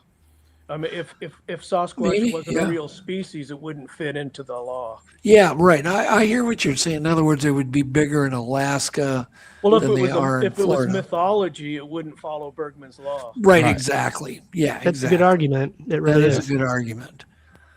I learned something tonight. Thank you. Yeah, because even our black bears here out in the wild, if you're in the woods or whatever, they're skinny. Yeah. Skinny. They're not these big, chunky animals unless they're raiding people's, garbage. Yeah. cans. So Yeah, they don't need to be big and heavy to hibernate Right. as long and survive the cold. And Mhm. so okay. I love the toe thing. I never that the length of the toes. How much longer, to get specific, do you think they might be, Marie? And put up the unverified. This is all unverified. Yeah, unverified. There we This is go. what we're asking, Marie. Unverified. This is still I valid. have a cast of a four-toed print. You- I have a there you cast go. of one. This is- I gotta Okay. look for it. Oh, you do have one. But how much longer do you think the toes are than a regular? Just a Well, guess. the Bigfoot's toes seem to be like a human's toes, right? But skunk ape toes seem to be like 3-4 inches long. Wow, that long. They're different. They're different. Good night, everybody. And like, there's a story about this down in the Seminole Reservation around Lake Okeechobee down south, where this Indian woman's driving down the road, and a young skunk ape falls out of the tree in front of her and lands in front of her car. She had to slam on her brakes. But she said the expression on the skunk ape was like a juvenile. It was like oops, like it got caught. It didn't know the branch was going to break, and it fell right in front of her car. So Did she give a description of its face? Did it No. look more human or more primate? How Uh, did she describe it? Probably more primate. That's what the skunk apes tend to be, more primate looking than typical Bigfoots. Bigfoots, most people describe them as being having more human face, right? Like a human Right. kind of nose, not the flat, primate thing. But probably down there, it'd be more primate. It seems to be. The behaviors, they don't seem to build structures. You don't find the same stuff when you do research down south and than you do here. It's very hard. You're hoping to find a footprint, but you're not going to find a structure. You're not going to find too much. You just got to be in the right place at the right time. Marie, Hopefully some- if there's a difference in the feet, are there a difference in the hands also? Have y'all I noticed? don't know. I haven't heard of any Right. reports in hands. That's a great question, though, That Ryder. It's really a good question. But I Brian? haven't heard anybody who has talked about their hands. Yeah, but that statement though, I got questions racing. I'm trying to be quiet, but I'm curious because we have a friend that found some handprints in South Alabama, and the thumb looks like it's further back Yeah. then so and some friends down there say they have an overlap sometimes where mostly Bigfoot, but every now and then they see something that's smaller with one of my friends said it had the hair down over its eyes. It was watching him in a tree stand, and he said it looked more skunk ape is what he would think rather than the bigger one. So Right. I would say there's possibly every now and then one may venture, into South Alabama or whatever. And yeah, well, they're skunk apes, and they seem to like the water. They hang around the water area. So you're talking the Everglades. They seem to be spotted around along the coast, East Coast, West Coast, all the way around Florida, the Panhandle, Alabama, Mississippi, Louisiana, wherever there's swampy areas close to the coast, they do seem to be found there. In those areas. Do they do the wood knocking too, or just the Sasquatch?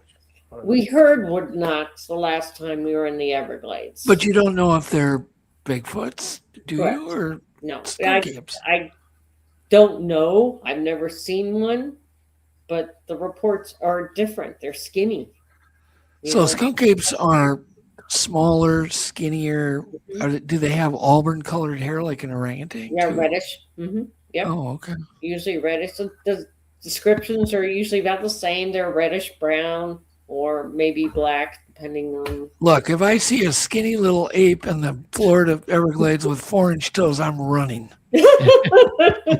Not as fast as he can, probably with those toes. The toes. Yeah. You only have to beat the slowest person, right? That's right. Yeah. By the way, I was only have mind to beat the speaking. slowest I was mind speaking to all you guys. I heard you. See, mind speak works. It does. So there's a gentleman who wrote a very, very intelligent comment about Bergman's Law, and I thought we should read it out loud because our audio listeners cannot read these posts. Roger, can you find that? It's from D-Man. It was back a little ways. I had it up for a second. I'm looking for it. So Steamboat, you're right. The government does hide a lot. They do have a lot of secrets, things that would terrify the public. Here it is. I correct, found sir. it. I found it. Found it same time you did. Oh, good. Oh, there it is. Read it, Roger, if you can. Bergman's rule is a useful framework for understanding size variations in relation to climate, but it is essential to consider the exceptions and additional factors that may influence these patterns. Which would probably be Amen. food sources, right? Well, just, there's always that one guy that gets to 7 foot tall. I have friends that are short. I just had a friend over here the other day. It's got to be like 5'1". I got other friends that are 7 foot. So those are the genetic differences between us. And I would imagine there's a ton of genetic differences. Is there anybody that's like most confirmed though that skunk apes are different? Has there been anybody that's actually gathered all of the reports and like Scott from the Bigfoot mapping project, I wonder. And if anybody's out there, this is a great challenge to do that, to see if there's, if the reports are consistent of these skunk ape I sightings. He said, I did. I did it. Oh my God. All right. Well, David Shealy, obviously. I knew I had John for some reason, Ray, besides your good looks. I got a bunch of pages of all the BFRO and other Sasquatch, and then I have it broken down into columns for what time of the month it was seen, where it was it residential or was it rural, morning, evening, night, male, female Sasquatch. All And are there more sightings in the summer or less in the summer because of the hot weather? Probably a little less. Less. Probably. I can just do a quick one. But there still are. Yeah, There still are. there's some in Okay. July, a road crossing, but it was in the morning, 5:15, so it probably didn't get hot yet. Mhm. So yeah, all the summer ones seem to be at dawn or dusk, and then the winter ones could be at any time. Yeah. Yeah, that makes sense. And Even it David looks Shealy- like looks like they're, of course, humans are out mostly not past 9 o'clock, but the latest I see them, I never saw anything that indicates they're nocturnal though. So But I have people a- aren't out at night that much looking, so Right. that's why there's not as Well, many encounters at yeah, night. David Shealy's skunk ape sighting daytime, July 8th. That's like Right in the the middle of hottest the day, time yeah. of the year, right? So And it was at 8 o'clock, 8 o'clock in the Mhm. evening, which is still hot. It's still, full sun and everything. That's when he's had his sighting. Yeah, July 8th. That's the hottest time of the Yeah. year. And he could the animal where the subject could have been hunkered down in the water and he got spooked up. Well, he was originally spotted over by a hammock area, which is a dry area. In the shade. Yeah, he was walking along there, and then he started going through the sawgrass. And David said that before he saw the skunk ape, he saw a deer running through there. So it may have It may have been trying to chase after the deer, and which makes sense because when you watch the video, it's like it takes off. It starts off walking, and it just takes off running. But if that was a human in a suit, number one. He would You're die of looking- heat stroke. No, die of heat stroke in a suit because I did a 3-month research study on this whole David Shealy sighting thing. Mhm. Well, can we talk about that a little in detail? Did Yeah. you on the results of the reenactment? Because wasn't that filmed running through sawgrass in the Everglades? Yes. I did. And what? Yes, we did 2 reenactments. I had 2 team members try it during the winter time when there's not much water out there. So it wasn't in July. This was like January. And they couldn't do it. They were totally beat. The sawgrass cuts you up. There's holes, there's logs, there's gators, there's snakes, there's the sawgrass itself. When it dies, it creates a bed of just dried grass, and your feet get caught up in there. And when you're out there, you're looking for the path of a human is looking for the path of least resistance to get through there. They're trying to figure out where they could take the next step at. Where the skunk ape, he's just going. He's going straight. He's not even looking down to see what's in front of him, if he's going to trip and fall. No, he's just going. Never even looks down. And Would that explain, Marie? I watched that film years ago and I noticed that even though it's moving, it looks erratic, but it's kind of keeping its feet off the ground as much as possible. But I noticed its head almost stays. yes, yeah, It stays It's- level totally yeah. level. A human head would have been doing like Exactly, this when yeah. it's running. because when it's jumping, it's actually coiling its body up, Yeah. but keeping the head in the same spot. It's like And he's there's not gliding, right? And Right, that's what yeah, people describe. Even when they see a Bigfoot running, Mhm. they'll say that it just looks like it's gliding, and that's exactly what he's doing. Totally gliding. His head's not bopping at all. He's not even looking down. He's just going straight. Yep. And a human in a suit would be dying out there. looking because down, It tripping. was, I calculated it out. The feel like temperature was 109.5 degrees at the time that happened. The water was at least 2.5 feet that he was going through. So anybody in a suit, that water is going to drag, right? That's going What's to pull the suit the off. average depth of the water in the Everglades? Yeah, it's usually between 1.5 to 2.5 feet. Okay. Depending on where you're at. Around that area in the Cypress Preserve, Big Cypress, it's usually around 2.5 feet in the summertime, if not more. There's sharks in there. Interesting. There's What? sharks. There's stingrays. The Oh. sharks come up out of the Gulf and they make their way into the Everglades because they're chasing bait fish, right? Is that mainly bull sharks? Yeah. Mhm. Yeah. Yeah, because If the Everglades are kind of brackish, I guess, near the ocean. Oh, yeah, but the Everglades is totally clear. It's the It's fresh water, yeah. that there is. It's totally clear, and it's Yeah. called the River of Grass. They just think it's a swamp, but it's not. It's one giant river, is what it is. So the second reenactment we did, I brought in a trail runner, a marathon trail runner who's used to Hey, running. that's kind of like Legend Meets Science. I think I saw that. So I brought out a trail runner. Good. Okay, someone who's highly experienced in running in dirt and water and yep, all that Florida Yep, stuff. good idea. Right? Good Brought idea. him there. He couldn't do it either. He said his feet, when he was trying to move, his feet were getting caught up in the bed of the dried, dead sawgrass. Yeah, because that's all like overlaid and thick Yeah, and overlaid. rotty. Your feet you're sinking in it.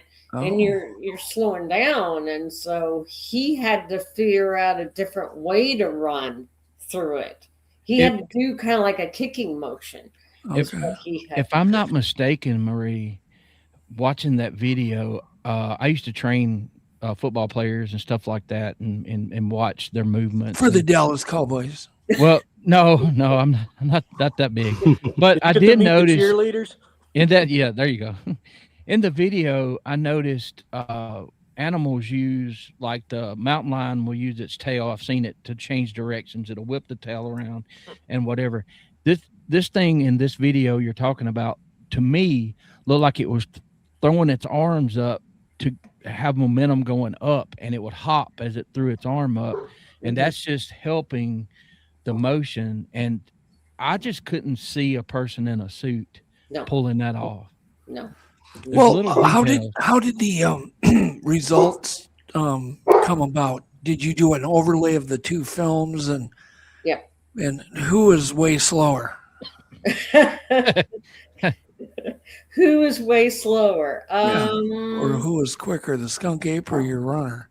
Well, it's hard to tell because, like I said, they got caught up in stuff. They couldn't even do it. They couldn't do it. Oh, in the winter time, they couldn't even do it. So it was basically the skunk ape did it and the runner couldn't do it. Period. Correct. Just couldn't pull it off. A matter of Let alone a biomechanics, guy in maybe? a suit. 3 runners do it. And wasn't he like 6'2" or something like that? I mean, he was a big person, the runner.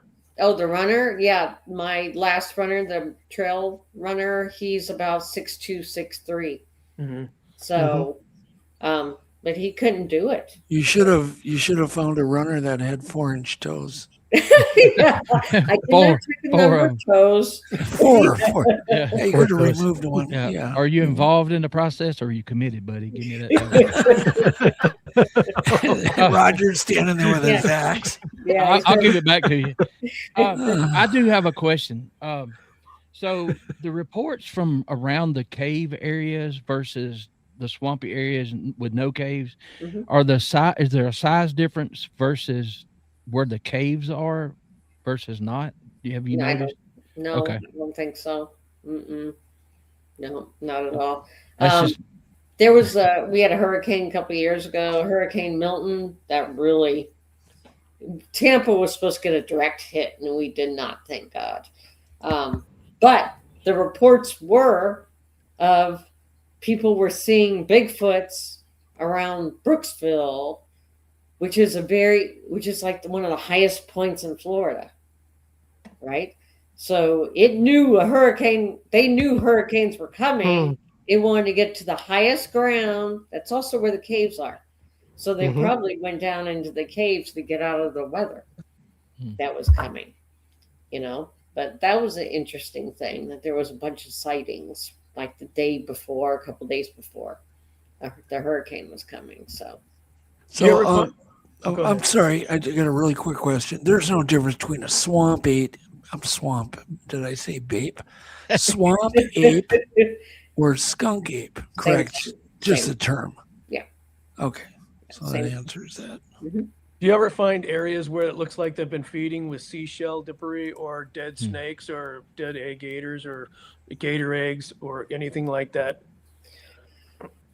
we find that stuff when we're out researching, but you don't know if it was a Bigfoot or not. Or some other, yeah. It could be anything. Could Yeah. be Florida panthers, could be pythons, could be, bears, whatever else. Foxes. Oh, that's true, yeah. Out there.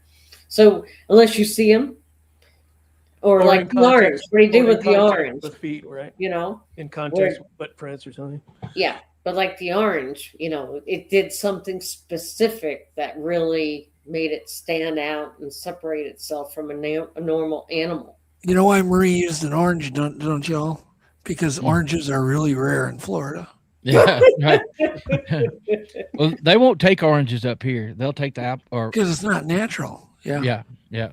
Well, And that was obviously- why Marie used it, because it's a natural occurring right. fruit. Yes. Yeah. And normally we don't get good results from using citrus. There was a report, Dr. Bill Hewitt. Who was talking about Dr. Bill Hewitt? Somebody was. You were. I was asking about his fingerprint encounter. Okay. So he had, what was I going to say? Dang it. I just forgot. Dang it. Food. I forgot what we were just talking Oh, about. food, like oranges and Oh, okay. food. So they were out in, I think, the Green Swamp area, and they came across a wild grapefruit tree. And they're like, cool, that's very rare to find, but you can in the Green Swamp, you can find some wild orange trees, grapefruit trees. So they're like, cool. So they picked a couple grapefruits and they put it in their backpack and they took it back to their camp, right? So that night, something comes through, starts ransacking their cooler, opening it up, stealing stuff, closing it, walking around. There was also a bunch of crazy stuff that went on. It stole hamburgers, and it would take, the hamburgers have like that piece of paper that separates them. So it would eat hamburger, drop paper. Eat a hamburger, drop paper. So it left a trail of all these square. Are we talking about raw hamburger? Yeah, it was eating raw hamburger. But what they noticed was they went to grab the backpack. The next morning, the grapefruits were gone. So something unzipped the backpack, took the grapefruits out, and zipped the backpack back closed. Yeah, that was definitely raccoons. No, I'm joking. So obviously something saw them take their grapefruits and came back to get them. Follow them to the campground and took them back. And it unzipped and rezipped the backpack. Okay. So a lot of people have experienced that. Even Jeff Meldrum had that happen to him. Oh, did he? Yeah, he took a bunch of oatmeal packs out of his backpack and then zipped it back up. Yeah. And yeah, they heard something rustling through their camp, and all his oatmeal was gone. It was stolen. That's odd. Yeah, it's kind of weird. The hum. Everybody keeps asking, have you ever heard the hum? And maybe you don't even know what the hell we're talking about. Yeah, but it's kind of like what? You have no idea. Okay. So it's like kind of like hummingbird wings. Like you'll hear this kind of a wing beat pattern, but you'll hear it like in your ear and might itch, or it sounds like you don't know where, like a bug had just flown by you, but no bugs are around you. Do you know what I'm talking about? Yeah. Yeah. I've experienced something like that before, but I just kind of... You blew it off. Bug, right? Or thinking there's something wrong with me. Yeah. Okay. So you have heard something like that. Yeah, but I haven't... I never thought twice about it.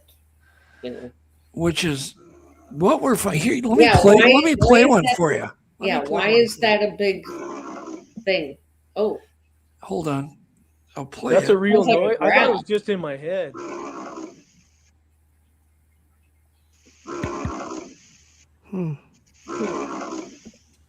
And Carl, so we've collected, I think we're getting close to like 90 now from different researchers what? that have recorded it, but they didn't think much of it at the time.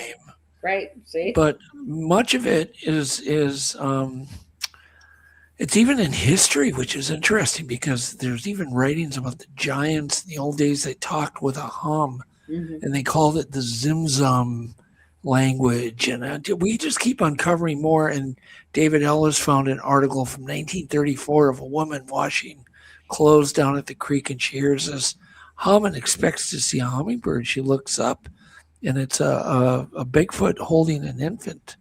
Wow. So there's historical records of this kind of thing. And it was Tristan or Caillou that actually, he had a recording of a tape recorder that was put out by him and his mom as a research project.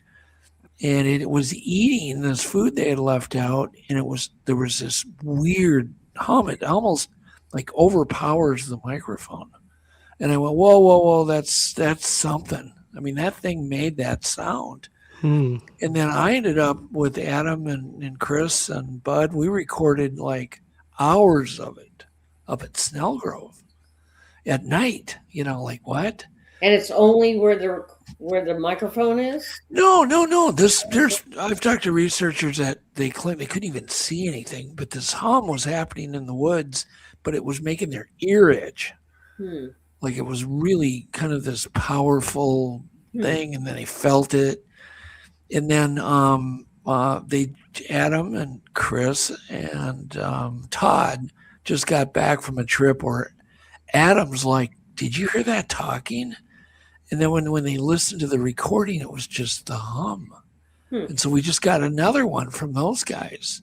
But they're all real similar. But Carl Supp has the loudest and the best one.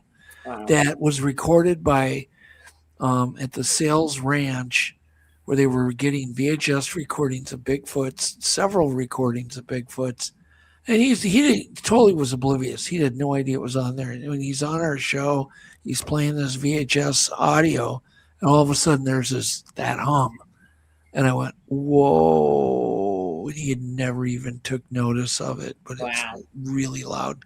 So keep your ears open for the hum. I will. It may not be a hummingbird. And Marie, I'll tell you this from experience. Sometimes you'll dismiss it because you'll think it's like a motorcycle off in the distance or some motor. And I had it happen to me, and that's actually what I thought it was. But my son and my wife was like, "No, that's right beside you, and it's really close to the truck." So I've heard it, but I'm harder of hearing, so I assumed it was something I barely could hear way off in the distance. And they're like, "No, that's right beside you." I'm like, "Okay." So we weren't recording. So I had forgotten about that till Doug showed me some of these tapes. Yeah. I'm trying to think here. People ask, well, what other animals purr? Well, one, gorillas do. They create that similar sound. But yeah, I mean, this is all unverified, but we're looking for more feedback from researchers. So at this point, it's a bunch of unverified crap. There you go. Thanks, Roger. You're right on cue. Jeff, better watch out. But it's something to watch for. But Matt Langford just got back from a thing where he played the hum, because I'm hoping people will go out in the field and play it. And I'm going to provide him a longer recording. I'm happy to give you one, Marie, if you want to try it somewhere. But he had action tonight, literally tonight, using it. Cool. He had, I hate to say the word action, but you know what I mean, activity. Yeah. He got hit with, I think, some, that putrescine smell. Have you smelt that before, Marie? I've only smelt something once, and that was in the Ocala National Forest. We were investigating a hidden lake area that was giving this guy the creeps. So he wanted us to go out there.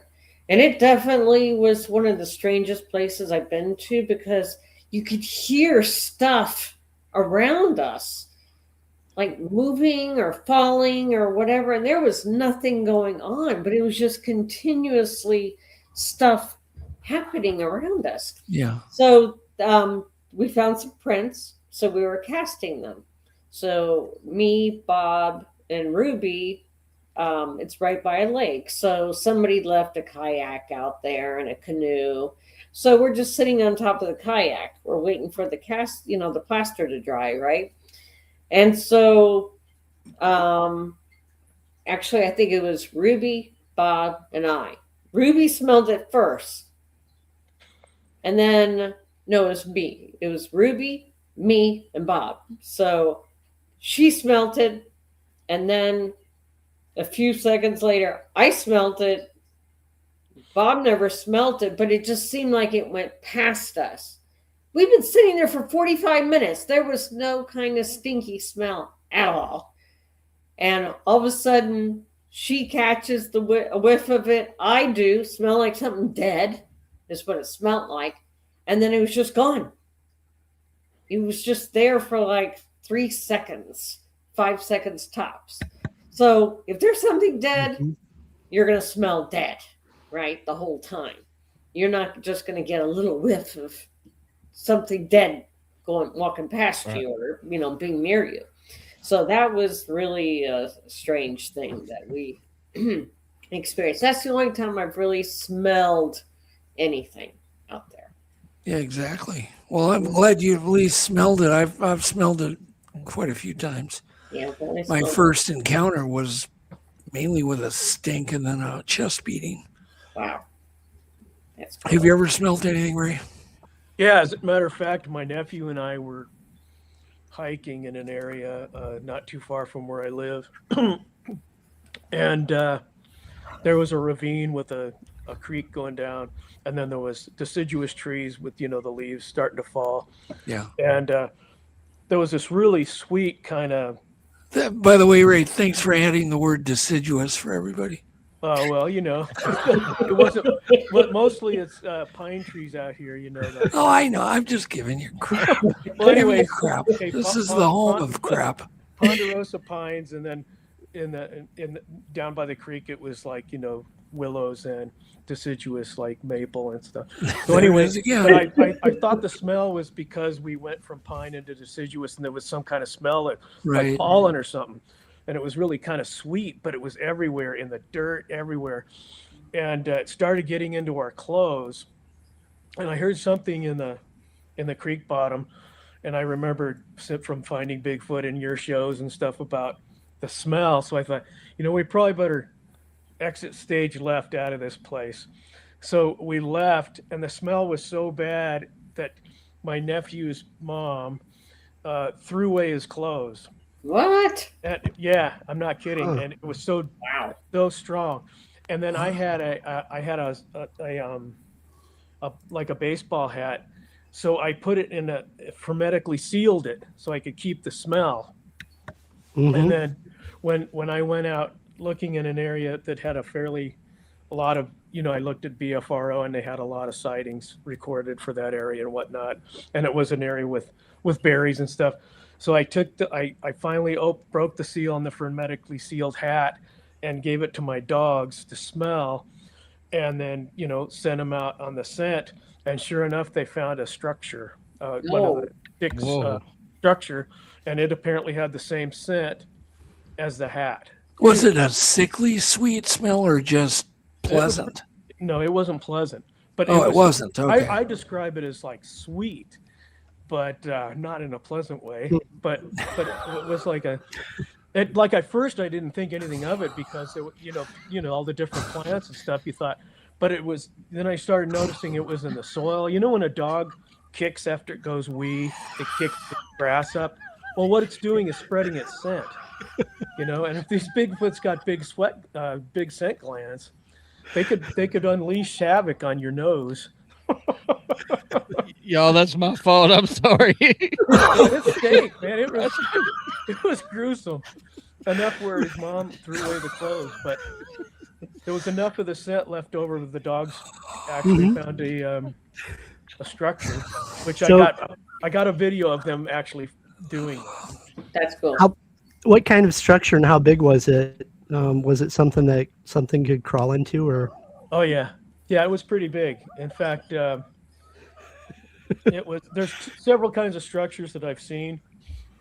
One is the branches, are leaned up against a tree, and it's like the teepee post, the center post, and then the other branches are set against it. And then there's another kind that's a brush structure that's like a wickiup, like a Native American wickiup, where the sticks are stacked against each other. And then there's actually a third time, which is that's just brush stacked up with a hole in it. And this was like the wickiup style, branches stacked up against each other. Sorry, y'all. I didn't mean to do that. I sent Doug something, and Why are we acting slap happy? I don't know. Like I turned into a 12-year-old all of a sudden. Oh my God. But I did actually find a Bigfoot turd that way too. A Bigfoot turd? Oh yeah.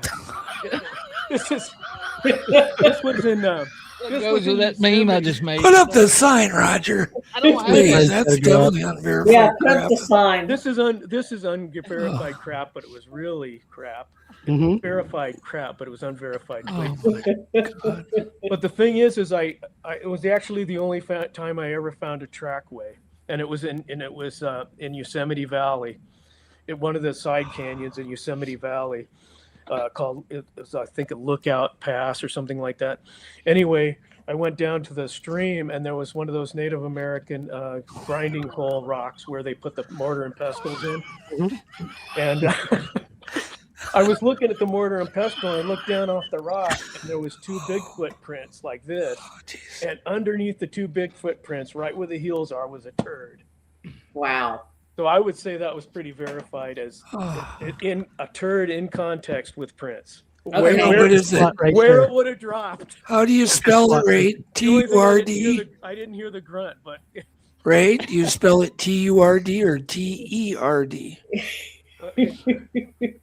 whatever you prefer is Okay, so what did that you would do? be verified crap. Verified crap. Yeah. What did you do with the turd? That's what I want to know. Yeah, I was waiting to see if he put it in a bag too. I was tempted to bag it up, but Yeah. it was the first time I'd ever seen any Sasquatch evidence in my life.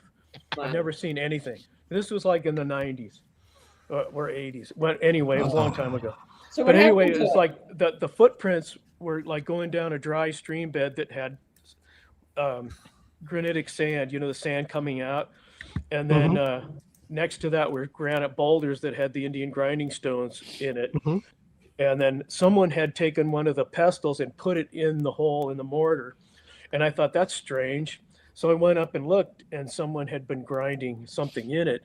And then I looked down from there, and I'd seen your show and Finding Bigfoot. So I thought, no way, these look like Bigfoot prints. And then right where the 2 prints were, right underneath it, turd. Wow. That's where he took his business, man, right there. And his footprints were there. The only thing is I really didn't know much about it. But and phones didn't have cameras on them back then. So I went back later with a video camera and videoed it.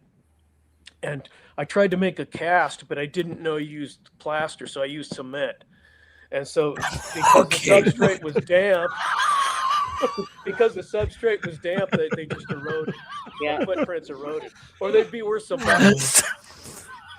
I could be selling the copies of those. That's awesome. That's awesome. Bigfoot things. But I mean, you could see the whole trackway going into the brush.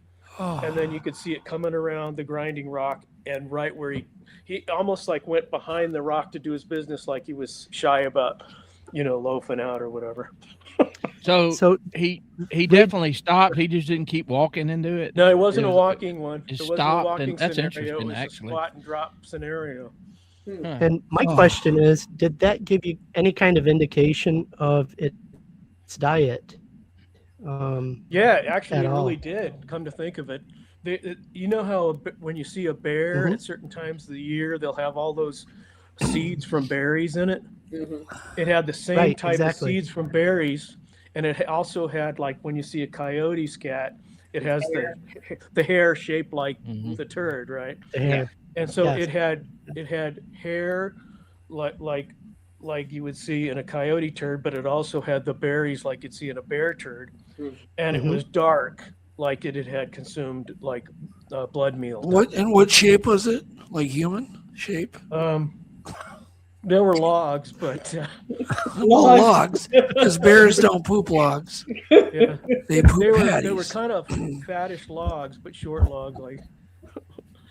But no, they weren't. The same area did have bear scat, but this was different. Okay. And the prints were definitely, there was bear prints there too in that area because it's Yosemite. Well, But there is not one bear time of year that bears will black bears will prey on like fawns in the spring. Right. But other than that, they're pretty much just bugs and Well, berries. if I wouldn't have found it in context with the prints, because I didn't even think Bigfoot existed till I saw those prints. I would have thought they were bear prints, but there was no nails. They were bigger. They were wider. They were longer. I mean, I'd seen your guys' shows, so I thought, wow, that's just like those shows.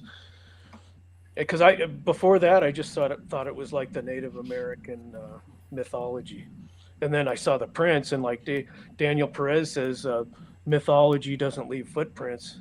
Mythical beasts don't leave footprints. Right. Yeah. And so that's when I thought, oh my gosh, it's like the Bob Gimlin moment. Oh, they do exist, Yeah. Yeah. But I'm aside from the TV shows, I didn't know anybody was actually active looking for these. But after that, I knew they were real. We have to backtrack just for a second. How did your cement casting work out for you? Right. Not well, because what happens is plaster will actually dry in a wet, damp environment, but cement won't. At least not the cement I had. Oh, so But I sat and waited for it to dry, and it just wouldn't. I went to a place called View Lodge that's outside of Yosemite, and I went in, and they had a barn where they had like shovels and stuff. And I thought, there's got to be something in here to cast it with. So I stole their bag of cement. So that's basically how I got that. But I figured it would work the same as plaster, but it didn't work at all. oh god. Okay. And I wish it would have, because I would have. Well, least thank you you, tried thank you, Ray, for all that, because now my stomach hurts.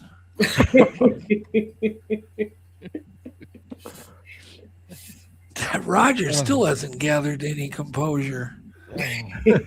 Have you, Roger? Are you composed yet? Well, I was all right till you started laughing, and I'm sorry. Oh my god! It's just, I don't know. Sometimes that just happens. Yeah, no, It wasn't really anything you said, Ray. It was no, just, it wasn't. We just turned into 12-year-olds. Oh, it's okay. Yeah. My brain hasn't advanced a sense of. I look in the mirror and who's that old man? Because I still think I'm like 12 or 13. Of course. Yeah, up here. exactly. Yep, I understand that. Okay, so David, why don't you ask some intelligent questions, since I seem to be 12 years old? Oh my gosh. Yeah.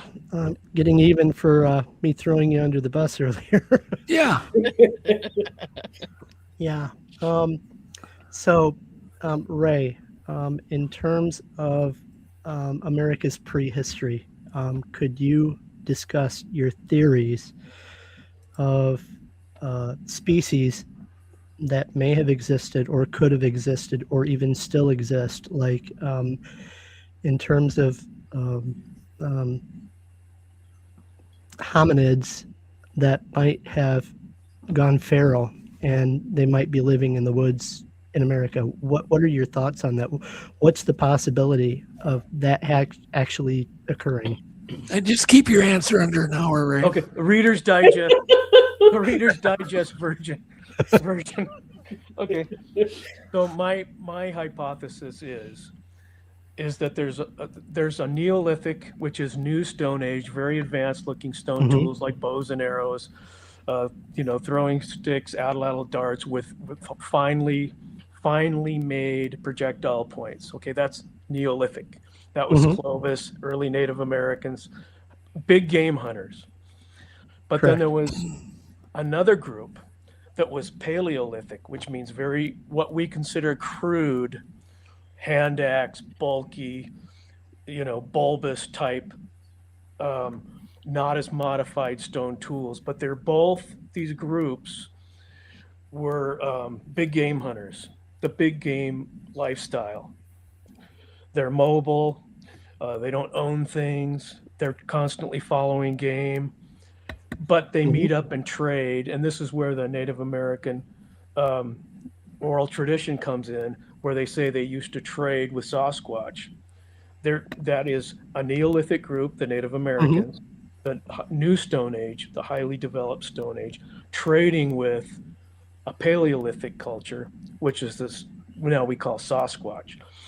And like we discussed before, I think what happened is the Sasquatch-like people came up from Europe through what they call the Solutrean hypothesis, which means they came up from the Atlantic and went north, while the Clovis people, or the human Native Americans, came down from the north, from Beringia down the land bridge, down through Alaska, down along the coast of ice-free zones during the Paleolithic, or during the the icy Kelp Highway.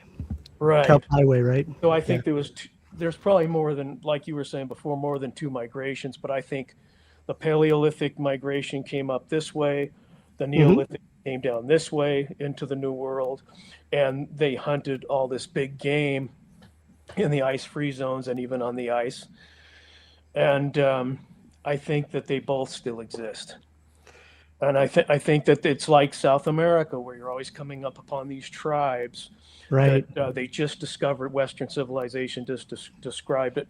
And what I think about the Sasquatch and why they're very robust, and they have thick hair. And we were talking about before the show the Mongolian mutation 30,000 years ago, which created modern Asians. Right. You got thicker black hair. You've got a very different facial structure. Instead of our big long face, we got a less pronounced face, and that was the Mongolian mutation 30,000 years ago.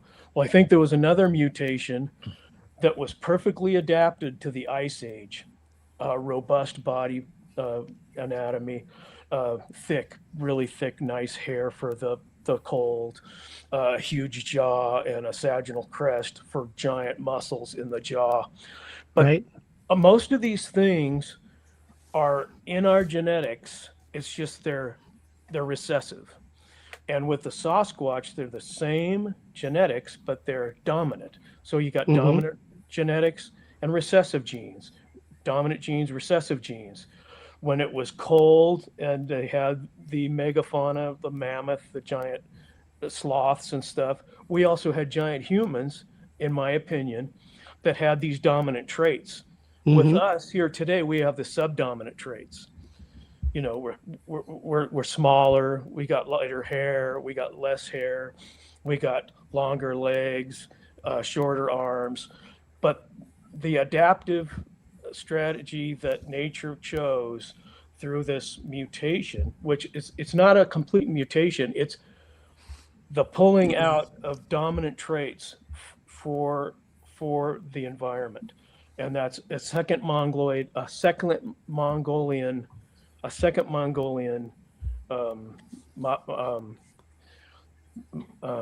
were we talking about before? A second Mongolian mutation that led to a spontaneous evolution, and that it was an adaptation to those cold environments. And that's why, and it's partly to do with Bergman's law. These people grew robust. You know, like you'd think a big Neanderthal buff guy, versus the Pee Wee Herman guy. And yeah, this is unverified crap, I got to tell you. But the thing about it is that's my thought. Is both these groups still exist, like as the Native American would come from. Way to go, Roger. So and you think that Sasquatch would come from the Paleolithic, from the south, what they call the Solutrean hypothesis. And if you look at the stone tools from the Solutrean era in France, they match here too. So the Europeans definitely migrated here, maybe even before the Native Americans. Yeah, I think everyone was here, to be honest with you, in our prehistory. But, I've looked at some of the artifacts that you've collected, and I have to say they are compelling, in terms of pre-Neolithic. Tool use. Tool artifacts. use. Tool use. Yeah. Do you think that, what do you think that some catastrophe had happened where they somehow lost their civilization, their culture, their language? Because obviously, you have like, you have Neanderthals and then you have Denisovans, and their brain cases were larger than ours. They were intelligent. If you look in Denisova Cave, the green bracelet found there definitely shows that they had civilization. Do you think that they lost their civilization and maybe even lost the ability to make fire, even lost the ability, even lost their language? What's your opinion? Personally, what I think on that same topic is that Sasquatch is the same now as they were 10,000 years ago. They've retained all the same hunting technologies, the same mobile lifestyle where they follow the food sources, and they don't have any desire. And I talked to Thomas Seward about that, who's the Native American from Vancouver Island. He says pretty much the same thing. These are hunter-gatherers society. The Native Americans split, and they got, with the arrival of the European horse, they got the Great Plains culture.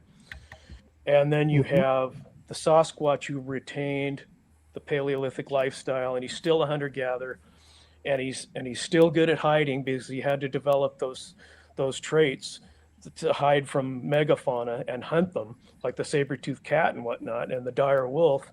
And they're using that same mentality to hide from us, which would be well learned over thousands of years. And when you go in the military, if you're going to be a sniper or something, you learn those traits.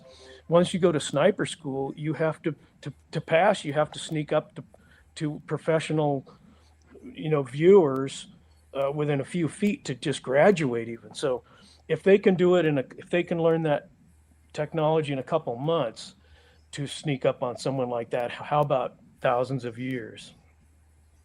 So I think they're still there, and they're still living the same lifestyle. And then 1,000 generations. And they've developed multi-language adaptations. That's my perspective of it. Interesting. Thank you. Good. What are the main natives that live in Florida, Marie? Do you know? Seminoles. Yeah, Seminole Indians. Seminoles I and couldn't think of it. Miccosukee Indians. Have you ever ran into any Seminole people and asked them about the skunk apes? And, Oh yeah. What's their response? A lot of the time they don't want to talk about it because it's taboo, right? Okay. It seems to be taboo, but I have heard stories before. So Betty Osceola, she's a, she's a Miccosukee. She's a activist for water, for the Everglades water and the wildlife and everything. And I didn't know she ever had a skunk ape story, but she did. She had a skunk ape encounter where she was out in the Everglades and in this area where there's nothing but these palmetto palms everywhere. And so what the Seminoles and Miccosukee do is they cut the palmetto prongs off, and they use it for their roofs of their chichi huts, right? So that's what they use. And so here she's chopping these, palm fronds, and there's a skunk ape right on the other side of the one she's chopping. Wow. So she just stopped, and she's looking at it, and it looked at her, and then it just walked away.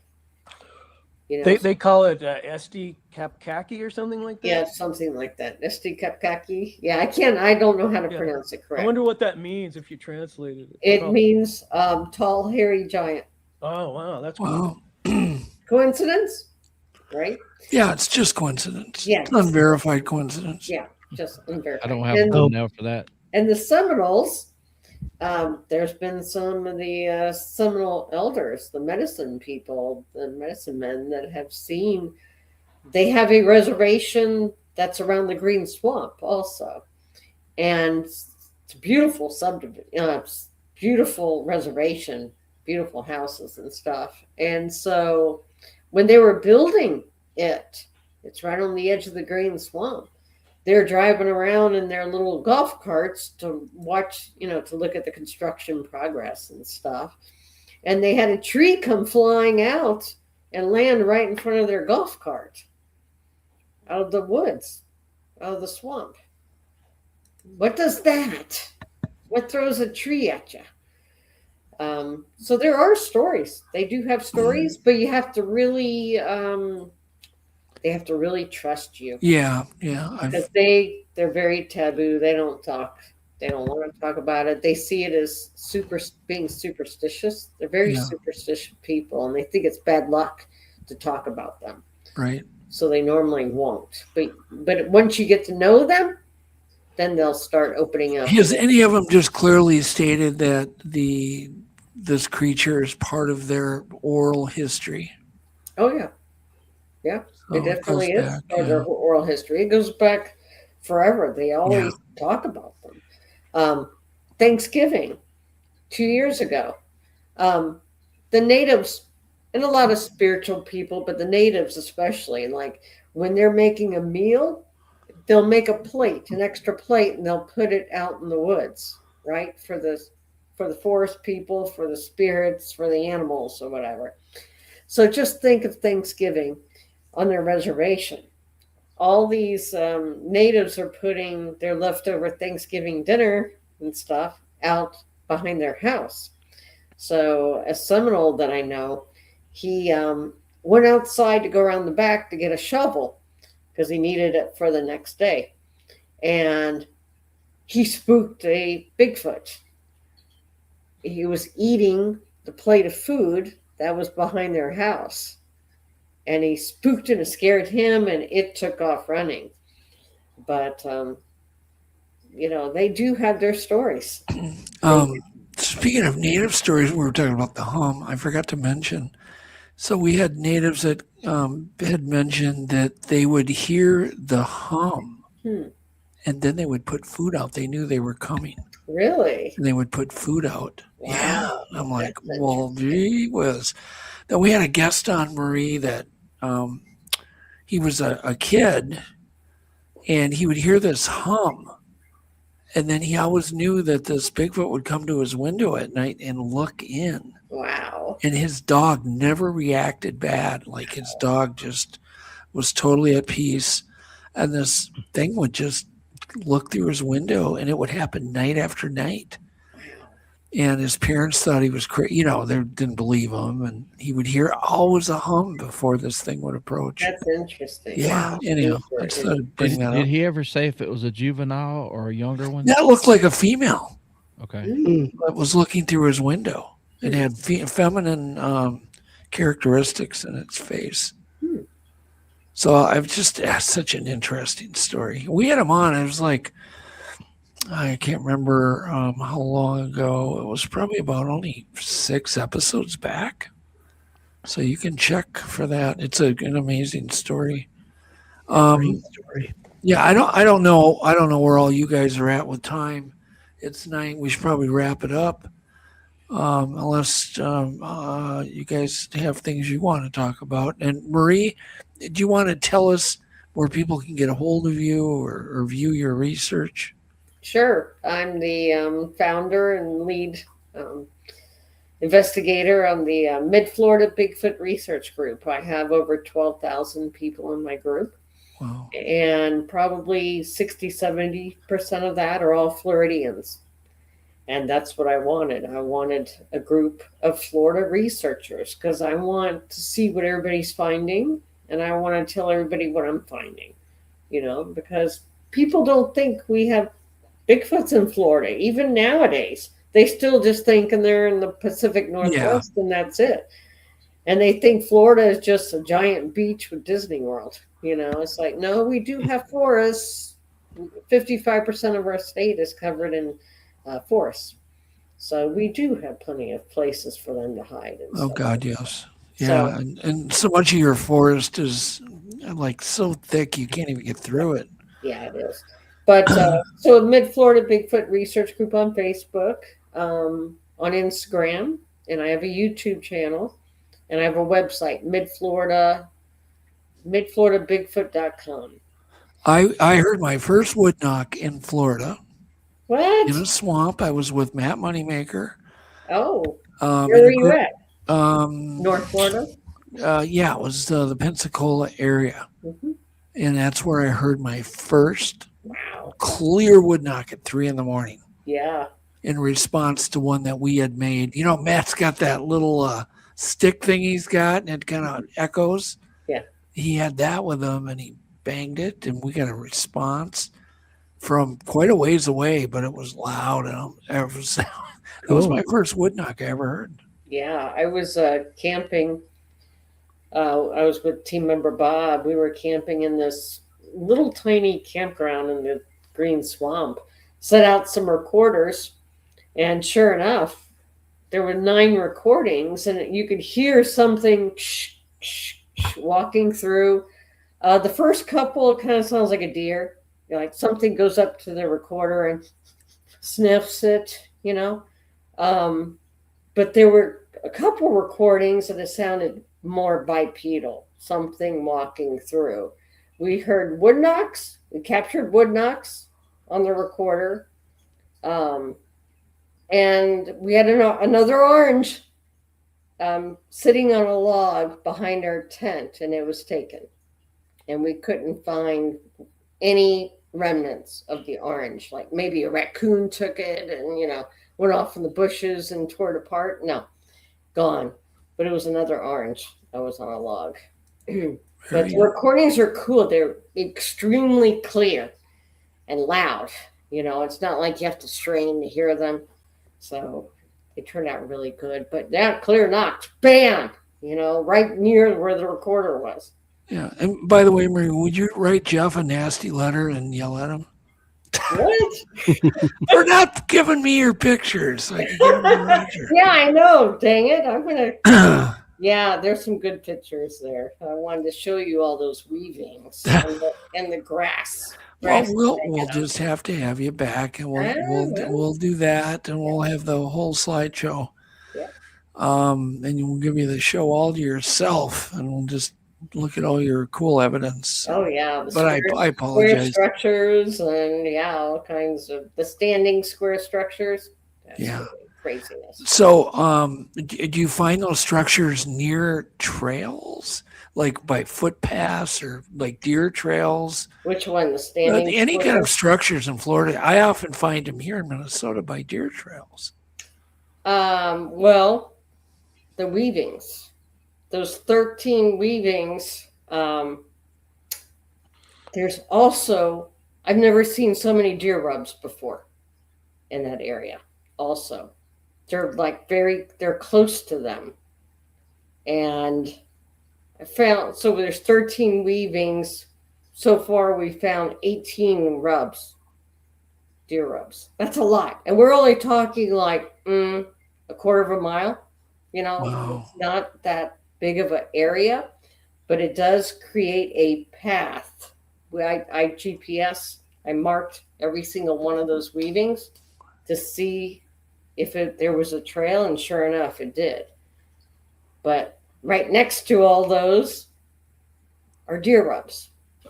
Yeah, that makes sense. I mean, those things must have some purpose. I always think they're like blinds or deer blinds. But remember, this is in an area that's typically underwater. Oh. Right? Because it's a dried up swamp.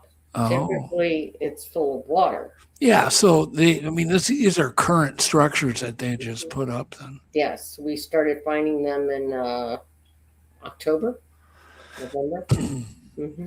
That's interesting. One last question from Caillou. He says, does Marie think swamp apes live underground in caverns or in the water? Well, David Shealy believes that they do. I think they're up in trees, Okay. Which could be, but gators also make holes. There's gator holes right at the water line. Yeah. They're like little caves that they'll go into. So it could be a perfect place if it's a big enough area, hole that they can easily get in there. They could be in the shade. They could be in the cool water, and they could just still sit there and, just cool off and watch what's going on. So David Shealy believes that. He thinks that that's what they do. Yeah. Well, we don't know. We don't know. We don't know. We don't know what we don't even know. Roger doesn't know what we don't know. I don't know what we don't know. David doesn't know what we don't know. And definitely Ray doesn't know anything about cement or plaster. He does now. Yeah, right? Yeah. No, I'm joking. I know. Thank you so much, Ray. You always have really interesting observations. Yes. I'm definitely putting out some chocolate after hearing your video. He stole the chocolate. Yeah, that's a good idea. Mhm. Oh my God. God Visions of knows. chocolate dancing in his head. Yeah. I'll send you that recording, Ray. That's pretty cool. I'll send it to you. Mm-hmm. And then you can see if you can change it in your mind. Yeah. Have you slowed it down or anything? Yeah, David Ellis has done a ton of work on it. Mhm. And it gets more and more interesting because he claims it almost sounds like there's two things talking, two creatures. Really? Yeah, when you slow it down. Oh, They talk so quick and they can do amazing, yeah. high frequency to low frequency so quick. And he's kind of thinking it's two of them. That's interesting because it Yeah. doesn't sound like that. I know it doesn't. Jeff Meldrum said, I talked to him at the Yakima thing, and he said he thought they might have two voice boxes, which I That guess could be some too. primates do have. Mm. Oh my God. Okay. Speaking of that, I interviewed a CEO of a very large, this guy's a large corporation. I'm not going to tell you what corporation it was, but we put a lavalier mic on him. It's a condenser mic, and interviewing him. And I got my headphones on and I'm freaking out because every time he would say something, he would answer my question. You could hear this little voice like inside him talking. What? And my camera guy looks at me and he's like, "What?" He's like, "What the hell's going on?" And I went, "Oh no," and this guy is like, it was really hard to get an interview with him. He's kind of like somebody would think that would never grant you an interview, but he did. Right. And I was doing some security work for their corporation, and anyhow, long story short, it freaked us out, and it recorded it. This little voice talking. What was it saying? I don't even want to talk. It was creepy. A little voice. Like a little voice. Like it would pick up. Like he would answer, and then this little voice would like be telling him things. But his mouth wasn't moving when that other voice was talking. And sometimes they would talk at the same time. It was really unnerving to have headphones on and try to keep a straight face and interview this guy. Yeah, that's crazy. I don't think I've ever told that story, but the guy that I was with sure remembers it because me and him have talked about it. It's like, remember that little voice on that guy? And we're like, yeah, it was weird. We've captured things like that on a recorder where I'm talking and then you hear EVP. Like we were walking down this path in the Everglades, and for some reason I kind of zoned out and I couldn't think of the word deer call. Right? Yeah. And so I was like, the EVP, you can hear deer call. And then I say deer call. It's so weird, but it's all recorded that way. It's so bizarre, but that happened. Yeah. Well, maybe that guy that I interviewed just had two voice boxes, or maybe he had some kind of little something inside him.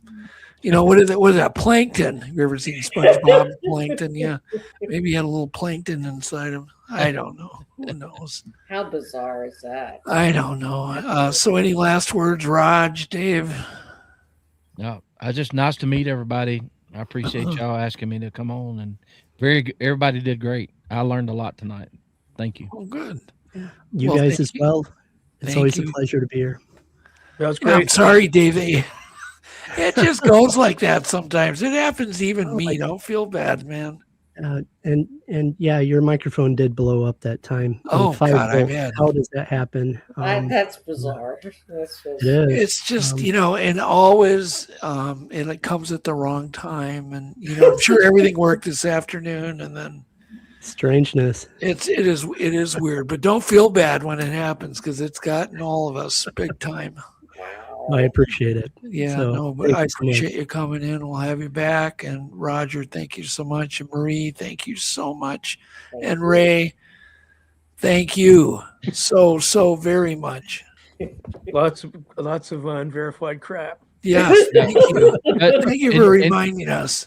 And We he's more appreciate it. professional than Doug and I, because we lost it, and it was. Yeah, that was very I unprofessional. apologize. Yeah. Yeah, me too. That was extremely unprofessional. it was a great Anyhow, back next week we'll be back to normal. We'll have our normal pre-show, tech breakdown, all sorts of stuff. I just thought we'd just make it simple and Roger tonight. I'm all for simple. Yeah, exactly. Less to go wrong. So we're not doing our wisdom or nothing tonight, but the best wisdom I can give you is just keep watching our show. We'll be back next Sunday. Good night, everybody. Thank you. Good night, y'all. Yeah, good night. Thank you. Everyone. Good night, guys. I call you up in the middle of the night. Been bothered by dreams, ain't feeling alright.